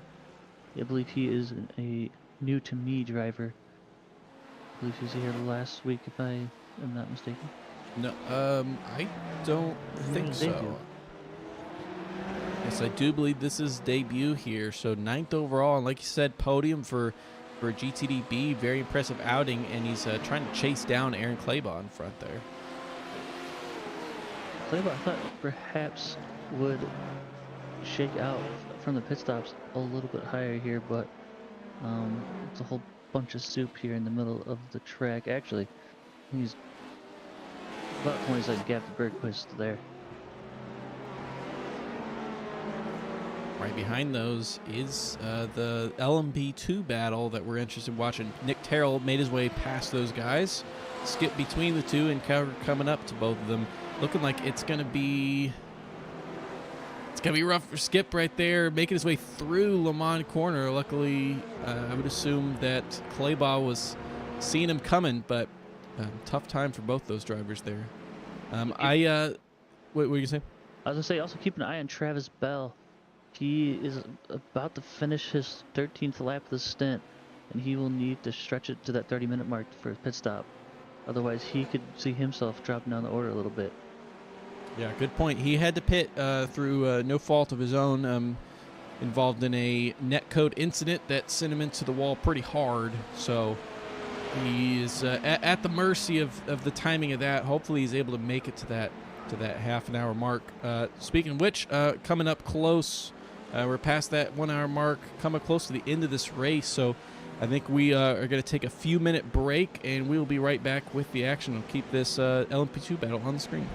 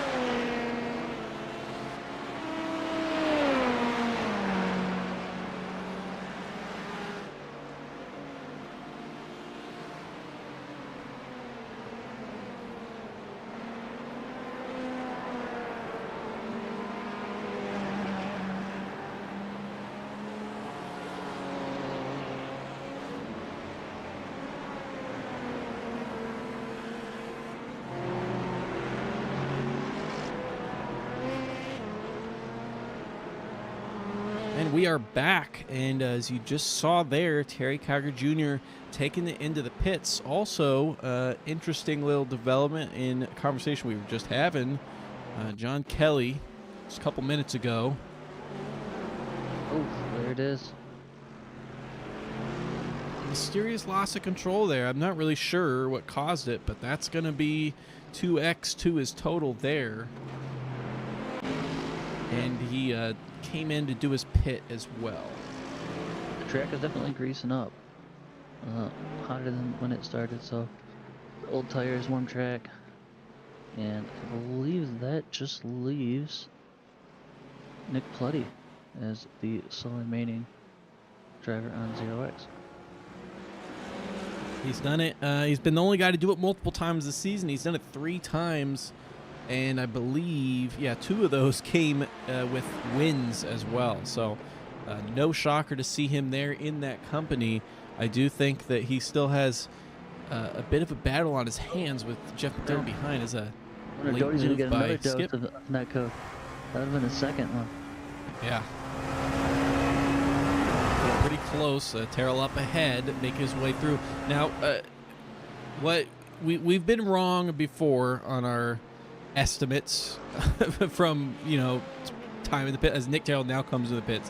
As I was going to say, was he should be theoretically on a big fuel disadvantage where this last stop is going to be much longer than the one that Terry just took conceivably and the one that Paul Skip is going to have to take.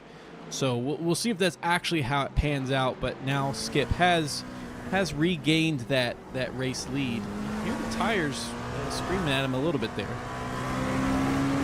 always seem to have a theory that just poops away at the last second, so perhaps I will just keep my mouth shut until we get to the white flag, but definitely going to have different strategies play out. Nick Terrell, I think, can get to the end from here. And near as well.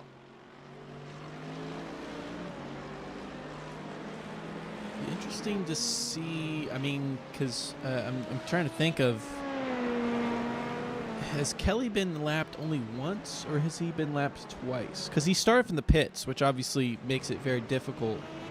And I'm just trying to figure out Kelly if he is 2:29 out the leader, so he is just once. roughly 40 seconds behind him, down a lap. I say that, of course, because no safety points would be available if he were to be more than that second lap down. So not a threat right now, but if he were to have an incident, then it could potentially be an issue. So obviously, driving it clean is going to be his focus for the rest of this race regardless. And I believe Kelly is good to go to the end, whereas McCloy and Skip are not. So he'll actually gain a little bit of time back on the leaders too as a buffer once those first 2 come in. So that will help. And the McCloy thing is also interesting as well because again McCloy came into the pits just ahead of he was just ahead of Andrew Neri when he came into the pits. Other way around. Neri was right behind McCloy. Neri decided to take that undercut, and interested to see if that actually ends up kind of paying off for him. He was defending so well for so long during that race, ended up losing the position, just going a little bit deep in one of the corners, and potentially trying to get it back through virtually racing in different pit strategies. Yeah, Terry Calgary now charging up onto Nick Terrell. I'm going to wonder where Paul Skip pans out in all this, especially if they start battling. I don't know who's where at any point now. Well, there's Paul Skip. As we see this battle for first in GT3 being joined by Paul Skip, and any sort of interaction between Terrell and Calgary would be good news to Skip, as it's one of those difficult things where I mean he doesn't have to defend from somebody attacking him on track, but he has no idea how fast. I mean he can look up lap times and stuff, but he just doesn't actually know the circumstances of what's Nick Terrell doing right now, what's Terry Kiger Jr. doing right now, Am I going to come out ahead of them? Very stressful situation for sure. It's I think some drivers would prefer to just have it on track. Oh, 100%. And we're looking about 14 laps to go here as McDonald crosses the line in that battle. McPletty still kind of hovering around the half-second gap that we've seen him at. We saw Huber and a few of those guys, Travis Bell, get close and make some moves, but McDonald really hasn't been able to sneak it up any closer than he has been. He's caught up the last few laps, but had there, as you can see in lap 33, lost a good chunk of time in front. Could have been traffic related, but it has kind of stemmed the flow of that advantage that he had. And you see it now. Then it goes back over a second again. Yeah, for the first part of this lap, Paletti's flying away. See. Faster in all three sectors, about 8 tenths faster already in just this lap from McDonald. I'm not really sure what's happening in this very specific section. I don't know if Paletti had some still left in the tank that he was kind of just saving to get a safe gap, and just felt that McDonald was getting a little bit too close. I wonder if Paletti kind of turned on the self-activated party mode there. Maybe, I don't know. Maybe he's just feeling it and got a quick lap underneath him right now. Just use it to get one of those sneak right on out of you. But we'll see what happens across the line. Puts a purple lap in. Dan Real may still be the guy that comes across the line at the end of this race in third place. And wow, look at that. Paul Skip putting in fastest lap of the race. We were just talking about how greasy he was getting. He did not get that memo because he just put in a 1:48.1. It did cool down a couple degrees. I think there is a little more cloud cover. But the interesting thing with the LMP2s, for people who are not as familiar, is that the fuel load seems to have a bigger effect in the tire wear does. The GTD cars, once the tires wear down in the middle of the stint, you just get slow. These prototype cars, that less weight makes a really big difference. All that downforce of tire wear doesn't quite matter as much. So it's not totally uncommon to see some of these guys, even with their, what are they on? Paul Skip's gonna have 21 lap old tires. It's not uncommon with that light car to see them pump in fastest laps, but yeah, the track is definitely warmer than when we started, so Now, I would say looking at these latest laps, looking at that GT3 class as well, I think that kind of proves that it was not really McDonald being slow on that lap. It was Paletti turning it on because he was in a class of his own there. I mean, only Josh Doty, the only other driver to break the 2:01 mark on that last lap, and it was a 2.4. So I think that he found something extra, and it may not be as competitive at the end as we might think, but we'll see if McDonald has that juice to answer. yeah, we'll see. I mean, it is only within 1 second. Their best laps 2-minute flat 0.11 for Paletti, 2-minute flat 0.32 for Jeff McDonald. So virtually even on pace at their best. So obviously room for Jeff McDonald to turn it up too. But if Paletti can run a few consistent laps, about 12 laps remaining for Paul Skip when he crosses the line here. So both drivers on the exact same pit strategy as well. Yeah, this is a straight up fight. Paul Skip into the pits, by the way, so we are going to see where he ends up coming out. Taking tires. Already getting dropped. Already out of the pits. That was a very fast stop. And that's Terry, Nick and Terry in the background there. Looks like he'll be ahead, not by a massive amount, but by a comfortable amount at the very least. John Kelly too. Oh, that's important. Yeah, that's very important. Of course, not F1 style where Skip doesn't have bunch of track maps, seeing where he's going to sneak out and this and that. So some of that stuff, you know, just luck. But good luck, that is, for Paul Skip, as he puts just one more car. Even if Kelly does just get out of the way, it still is going to alter the line and lose him a little bit of time. Yeah, I think we know, Kelly's not going to kind of hold up the guys behind, but like I said, any getting around any car, you lose some amount of time, at least, especially with the draft not really being a thing. But these first few laps are pretty important for the new. I don't know which tires, of course. We don't know which new tires were on the car. It's not all four, so don't know if this was new left sides, new rears. Oh no. Incident here.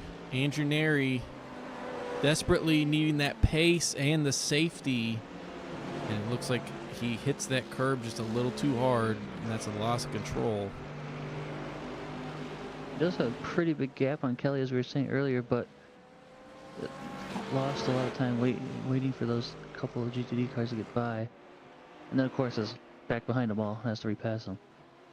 Yeah, the position. I mean, the position's safe, I think, for him. It was and McDonald not going into the pit. So McDonald sticking it out one extra lap. Not surprising. I mean, we can see both of them went 14 laps on the previous stint. But Paletti coming in after 13.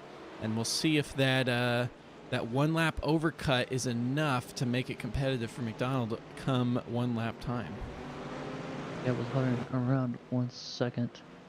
So we will see where Paletti pans out here.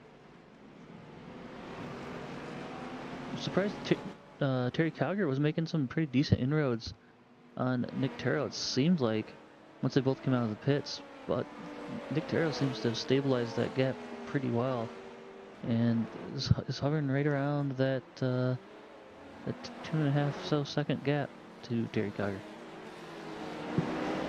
Yeah, definitely something I noticed as well. It seemed like that charge was happening, and not only has that kind of slowed down, but Paul Skip's actually started to pull away, even despite being on those, cold tires. He's already, another couple seconds further away than he was when he came out of the pits? Yeah, I believe, right around a second or two extra so far. See here, Claybaugh has actually leaped Christopher Newby and is in 4th place now with under 20 minutes to go in this race. Ariel is in 3rd as well. I see that gap from Claybaugh to Rial is about 10 seconds. Gonna be really, really tough. It's going to be tough for him to defend from Newby behind. Yeah. So McDonald obviously coming in the pits as we expected. Paletti making his way through Jean Debien and Le Mans right now.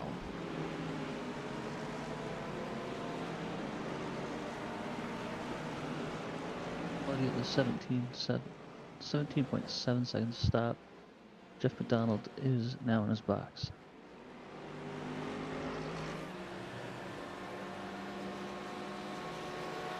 Watch Paletti here coming through Sunset. McDonald's still not moving yet. Now he is. He's started to move out of his box. He's going to be pretty close. About 8/10 quicker on the fuel. Is it 8/10 going to be enough? Paletti's going to the inside though. Paletti's going to be behind. He's going to be firmly behind McDonald by 1.5 seconds even. If McDonald nailed the amount of fuel that he needed, then this was a great strategy call, and to go that extra lap, and should be defendable from here out. From how we've seen the difficulty of passing a car on track so far this race. Paletti's pace has just been wicked fast, but yeah, like you're saying, speed doesn't really seem to be everything because no one's really been able to make a move anymore. He hasn't had to pass anybody this race. Yeah. Claybaugh in for his pit stop, his charge up the field. going to be temporarily halted. Did hype up Aaron Claybaugh, his progress a little bit too much. I did not realize he needed to make one more pit stop. He's on the pit exit now, looking like he's going to come out. Yeah, he's going to come out there in 8th place. But Daniel Rial's 3rd place is a real finishing spot for him there. Good job. Interesting to get newbie is fairly safe for that podium. So also really good job by Christopher Craig in GTDB to get top 5, and ahead of Travis Bell, who's had a really good season as well. But Kevin Bergquist doing a really good job to hang on to the 7th. Up at the front for the LMP2s, that gap continues to grow as Paul Skip is now over 5. Oh, I think something may have happened to Nick. As I was speaking, he went off into the runoff back there. Very bizarre. I wonder if he ran it. Like he missed the braking zone and took the old hairpin. He just locked the rears going into the braking zone. Didn't really lose it. He locked the rears, got about halfway through the corner and had to straighten it out and go to the grass and go to the old hairpin. So yep, that is exactly what you thought. Still in touch with Terry there, but a big blow to his hopes to getting 2nd. Big news for Terry as well, with looking like he may lose the championship lead today, coming into the final race next week if Paul Skip does finish here in 1st. So another 3 points clawed back. Absolutely crucial that Terry got by Nick Terrell, excuse me, quickly and cleanly to have really any shot. Nick Terrell, of course, can be devastated too. He had to pull off a really good strategy. He found himself in the lead at one point, and was not far behind Paul Skip, I believe, coming out of the pits. So very unfortunate that it just goes to show you though how tight that battle is. Just a tiny little lockup like that, and all of a sudden you go from fighting for the lead to 3rd place. But he is glued to Terry's bumper anyways. Yeah, it definitely was a pretty interesting strategy that he used, and it seemed like it was pretty effective to kind of gain ground where he could. And I think a lot of it had to do with probably just avoiding traffic at the worst times, depending as far as when he went into the pits. But yeah, this is Terry's no slouch, and making the pass on him is going to be very difficult in these last 14 minutes here. 3rd place may be what he's looking at, unfortunately, for the end of this race. We're looking at about 7 laps. Paul Skip crosses the line there. Some lapping traffic nearly helping him out there. Please cut that gap in half as well to Jeff McDonald, and see if Nick can make a move. Really important to get a good run through Gendabine here. And a good run out to the straight, but Terry looks like does a pretty good job. I called it out. We haven't really seen that many incidents in Gendabine today, which is kind of surprising.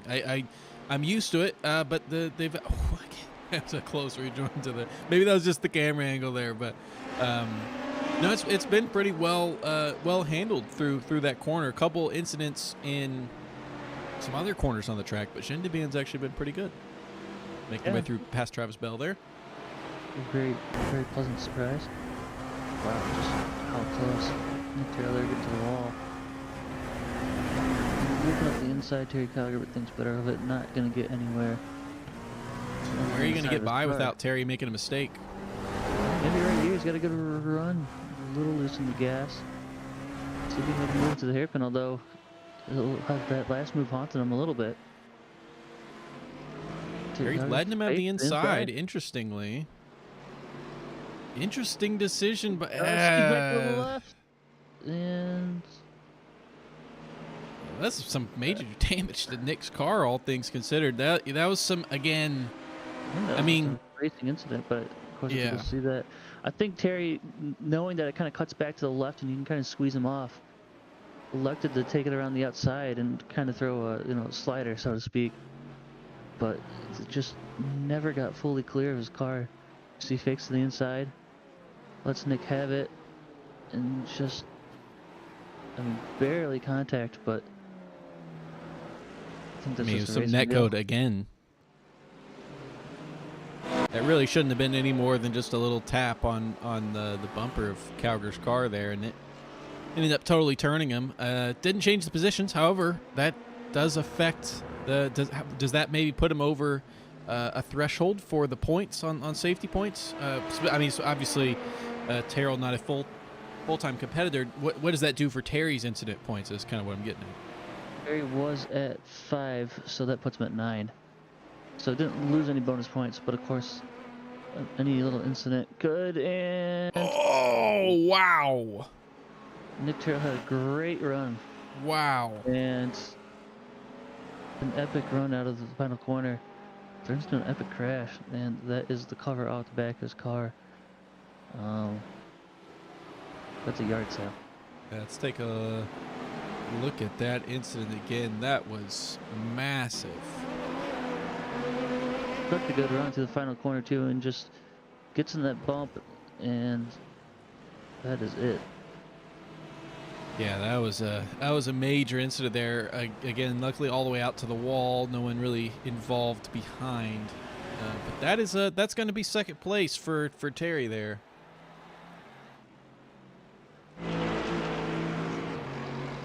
Of course, does not really affect the battle for Engineering and John Kelly. So those spots I do not believe make a difference. I think the points gap is about the same through all those. I think Travis Bell's running out of fuel. Yep.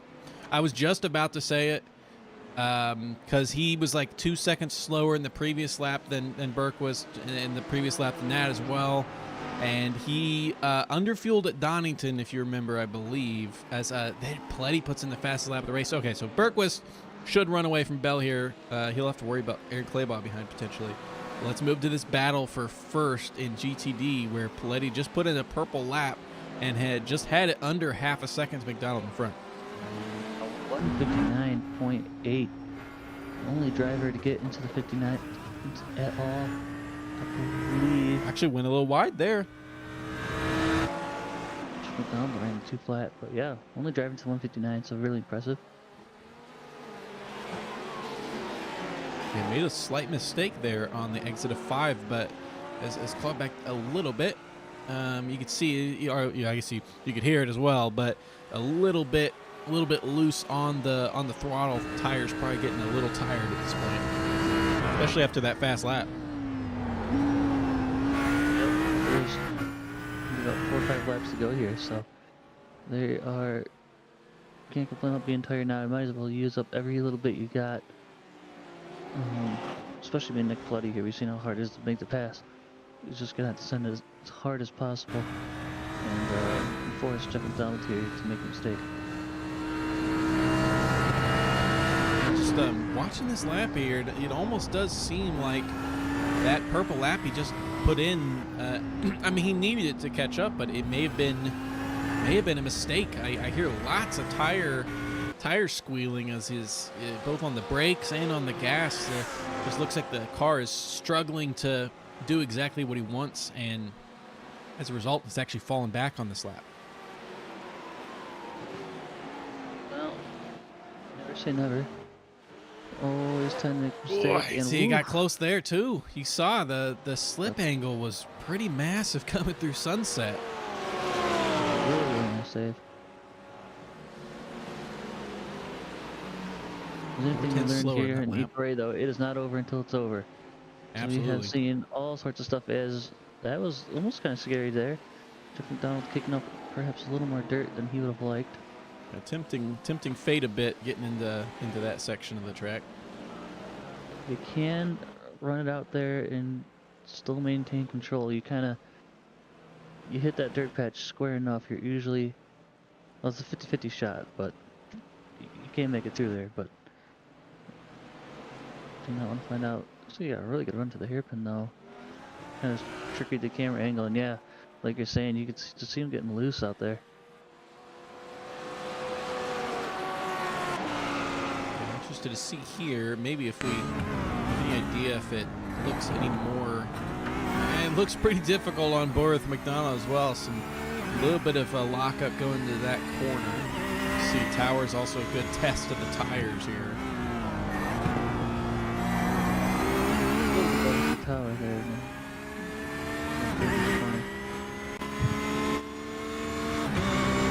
You can see that understeer that's kind of coming from it. Although it does, I would say that if I were to compare the two, and I would say which one looks like the tires are in better shape, I would say that Jeff McDonald's car seems to be a little bit more alive than Paletti's behind, and in the good way, not in the lively rear end kind of way. Racy alive. Has a pulse skip.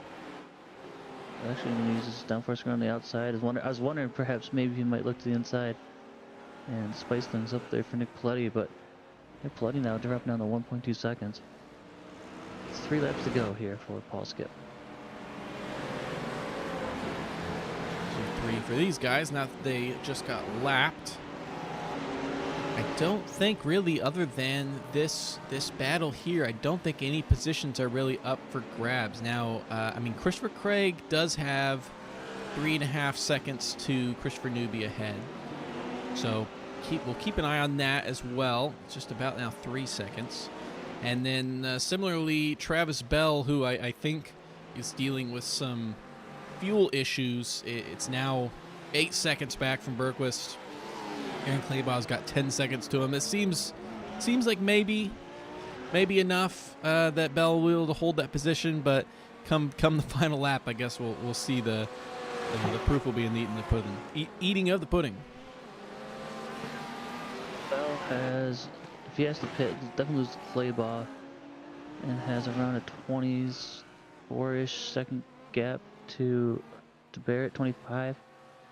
So might be able to splash some fuel in there and go. James Foreman's in the pit now. I know he had to pit out of cycle due to an incident earlier in this race, so not able to stretch it to the end. That has been a little storyline have not touched on, was that coming into this race, there was actually an exact tie at 5th and 6th place between Newby and Foreman, and it's been a tale of 2 races for him. Foreman there, unfortunately, they're in 13th place, and Newby all the way up there in 4th. So that tiebreaker is definitely going to be going in the favor of Newby, and maybe Newby trying to catch up to Aaron Kleibaugh a little bit, who is currently in 4th, 10 points ahead of him. I was actually just looking at the standings, and I saw Adrian Garcia down there in 15th. I actually did not see what happened to cause him to retire. Actually, probably quite a while ago. He's kind of It was. I remember bringing it up. I don't remember exactly what it was now. He's one of those drivers he's had some really good races and some really unlucky ones. So, I think come next season, definitely one of those guys to look out for if he can, get his fair share of the luck. Yeah, absolutely. Definitely a guy who's had a really good pace. I mean, obviously, he won our first race of the season. He was the winner of Le Mans, which was a very star-studded and difficult race to win without really a lot of chaos. Like, it was, done fully on merit, not just because he, survived the race. So I foresee a lot of good things from him in next season for sure. A lot of really good drivers struggling out here today. Just that is what Sebring brings. You got to survive the track sometimes. Not just the car, not just the strategy. You got to do the full 9 here. And it looks like Nick Travis Bell in the pits. Travis Bell cannot make it. Yep, I'm seeing 1.4 laps to go for Skip. About 2 minutes short. Really unfortunate. Let's see if we can get out ahead of Barrett here. Looking like it's going to be the case. And he's going to lose to Tony Watson, I believe, as well. So there's Barrett going through now. So he may be okay from Tony. Yep. If you can say hi to Tony, that's, all things considered, not the worst. Only losing that one spot. Yeah, Tony Watson now about 2.7 seconds behind. So Travis Bell, of course, not what he would have wanted, but could have been a whole lot worse. Yeah, it looks like the charge from Paletti has kind of ceased. A very quick 2 flat by Jeff McDonald there on that lap as they come into the white flag lap, and I believe this is the white flag lap, correct? Yes, it is. Okay. Looking like it's probably, I mean, Paletti's not going to be upset with a second place. However, I do think he probably fancied a little bit of 4 wins in a row. He was saying that he was not as confident about his results here in these final 2 races as opposed to the last couple. So a win is still very positive in his books as the leader of the championship, especially over Travis Bell, who we just saw have to pit for fuel. Very good signs for coming into the final race of Watkins Glen next week. Watkins Glen's going to be really fun one. That's going to be eating up the tires as well. So you'll definitely see some, hopefully see some interesting strategies at the Glen and have ourselves an awesome season finale. As it looks like this is Paul Skip, coming into the final couple corners. And he's going to, I believe, if you're correct, take the championship lead here. Yes, Paul Skip looking at the finish line here, coming across the line in first place, and not just first place in the race, but first place in the championship standings. It is going to be a shootout next week at Watkins Glen between him and Terry Calgary Jr., coming down to the absolute wire like we've seen so many times at Pony Express before. Terry Calgary Jr. back there crossing the line also. Coming across in second place, probably happy to be there in second as opposed to third as it was looking for a little bit. Jeff McDonald rounds Sunset, comes across a very hard-fought victory, done with some strategy, defending from Nicholas Paletti on a late charge there. Wonderful win by him. Nicholas Paletti coming across in second there. Both guys well ahead of anyone else in that GT3 field. Andrew Neri coming down the final straight in the back, coming to Sunset, and will be the winner for GTDB. Has that one car of Don McCloy between him and Kelly to try to catch up to Kelly in the championship a little bit more. We'll see if that's able to pay off come next week in Watkins Glen. He's going to come across. Christopher Craig right in the background. Also, yet again, winner for GTDB. That is win number 6 of the season out of 9 races. A dominant season for Christopher Craig. Kevin Berquist back there also going to be coming across in second place. Has obviously been the only other person to really take the fight to Christopher Craig all season long in that category, and doing well again today. 2 more drivers to cross the line. Aaron Klaboff fighting back and earning Hard Charger of the Race award today. 8 positions up from where he started in 7th place. And Leonardo Elijah, also one of the hardest chargers, up 5 spots, crossing the line in 12th. A good job by Klaboff there to make the most of what he possibly could there.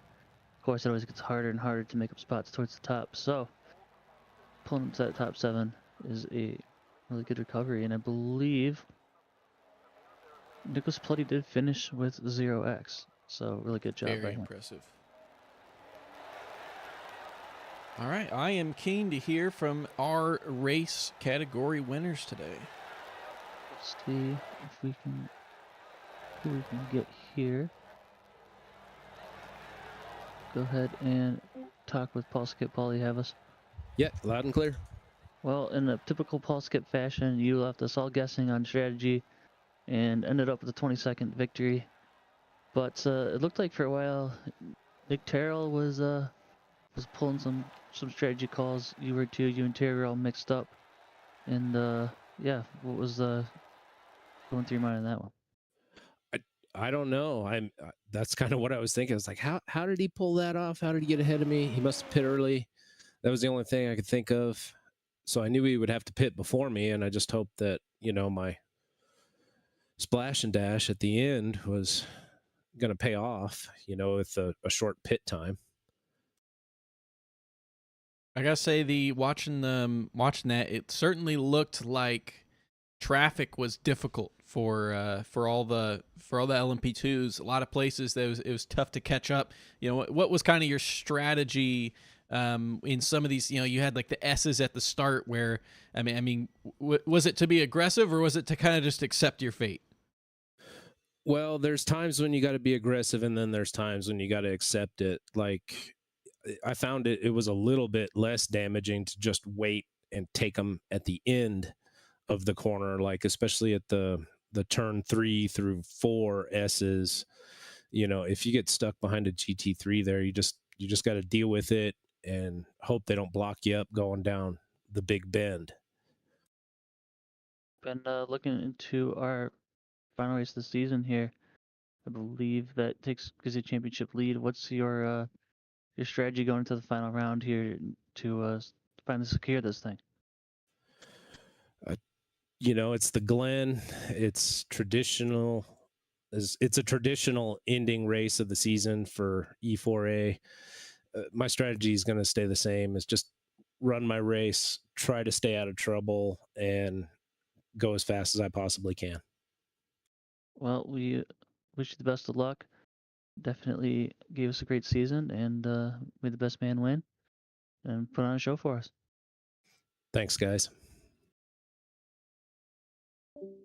And then we are going to listen in with Andrew Neary.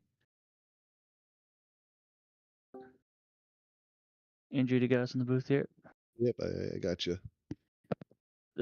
Talk us through that one. You and John Kelly, I believe, at one point, both hanging on to 0X's. All these points matter for you guys. Coming in with safety points and drop weeks. How's that race going from your perspective there? I wish John Kelly didn't get disconnected right at the beginning, because I think it could have been a really fun race between the two of us. I was really holding on to that 0X for a long time, and barely just touched the grass coming out of Le Mans, coming onto that back straight. So unfortunately, I did get that 1X. Yeah, how are the tires out there too? We seem to see quite a few of these guys pushing and slipping and sliding around. Was that something that as the race progressed, the track slicked up a little bit, and made that feat of getting that 0X just a little bit tougher? Yeah, I'm not sure what was going on. It seemed like the tires weren't as grippy as they were at the 12 hours of Sebring. But again, we were also on a more custom setup. I did notice off the first stint, and I don't even know if I could have taken tires on the second stint, but I didn't risk it. I just kind of wanted to keep that time between me and McCloy as close as possible.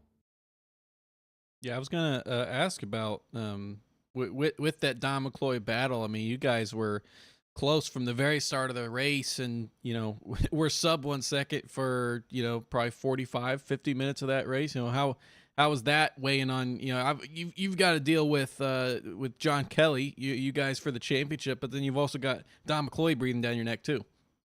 Yeah, so I'm not sure if that whole race he was trying to pass or not.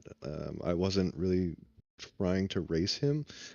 So actually, when he passed me in the hairpin, I kind of just gave it to him. I know I'm not fighting him really for championship points as far as class goes. So I was trying to just keep up with him once he passed me. So I was trying to keep that point spread with John Kelly, putting McCloy between us. Yeah, absolutely, and it was definitely a big result going into Watkins Glen. I know points are really close, so we will wish you the best of luck going into the final race of the season. Yeah, thank you guys. Thank you. Next, we will listen in to Jeff McDonald. If Jeff, you have us here. I got you guys. How you doing? We're doing good. That was quite the battle between you and Nick Paletti. You kind of seem to have it out front. You guys, a little bit of an undercut, and that seemed to make all that difference. Saw Nick Paletti, I think, get into a little bit of trouble with the traffic there while you guys were out in different strategies. And that was enough to get ahead in the final pit stop and take that victory. So that must have felt really nice to get that one on strategy, huh? Yeah, it's bittersweet because I missed last week, which kind of took me out of the run for the championship. But I'll take it. You know, it's. But I was wondering what happened to him because I know I was maybe, I don't know, a second or so quicker than him on the previous pit stop, and then when I left the pit stop on the last one, I was expecting to be like door to door with him, and he was like nowhere to be found. And all of a sudden, I look behind; he's like 3 or 4 seconds behind me, I guess. And, I mean, he closed that gap pretty quick, but I mean, I ran qualifying laps the whole time trying to keep up with him in the first two stints, and then qualifying laps the whole time to keep behind me. So it was a workout. I am absolutely exhausted. I believe I have to go back and look at the data again. I think you caught a little bit of lap traffic. You nailed that pit entry, and we're just quick on fuel, so that helped out. Our next race is Watkins Glen, another track. These are back-to-back tracks, of course, that people are very familiar with and usually have a lot of time on it. Is that something you're confident in? I know Nick Plutty's been on a bit of a tear lately. You're finally able to get that done today. Is that something you think you can maintain going into the final race? I hope so.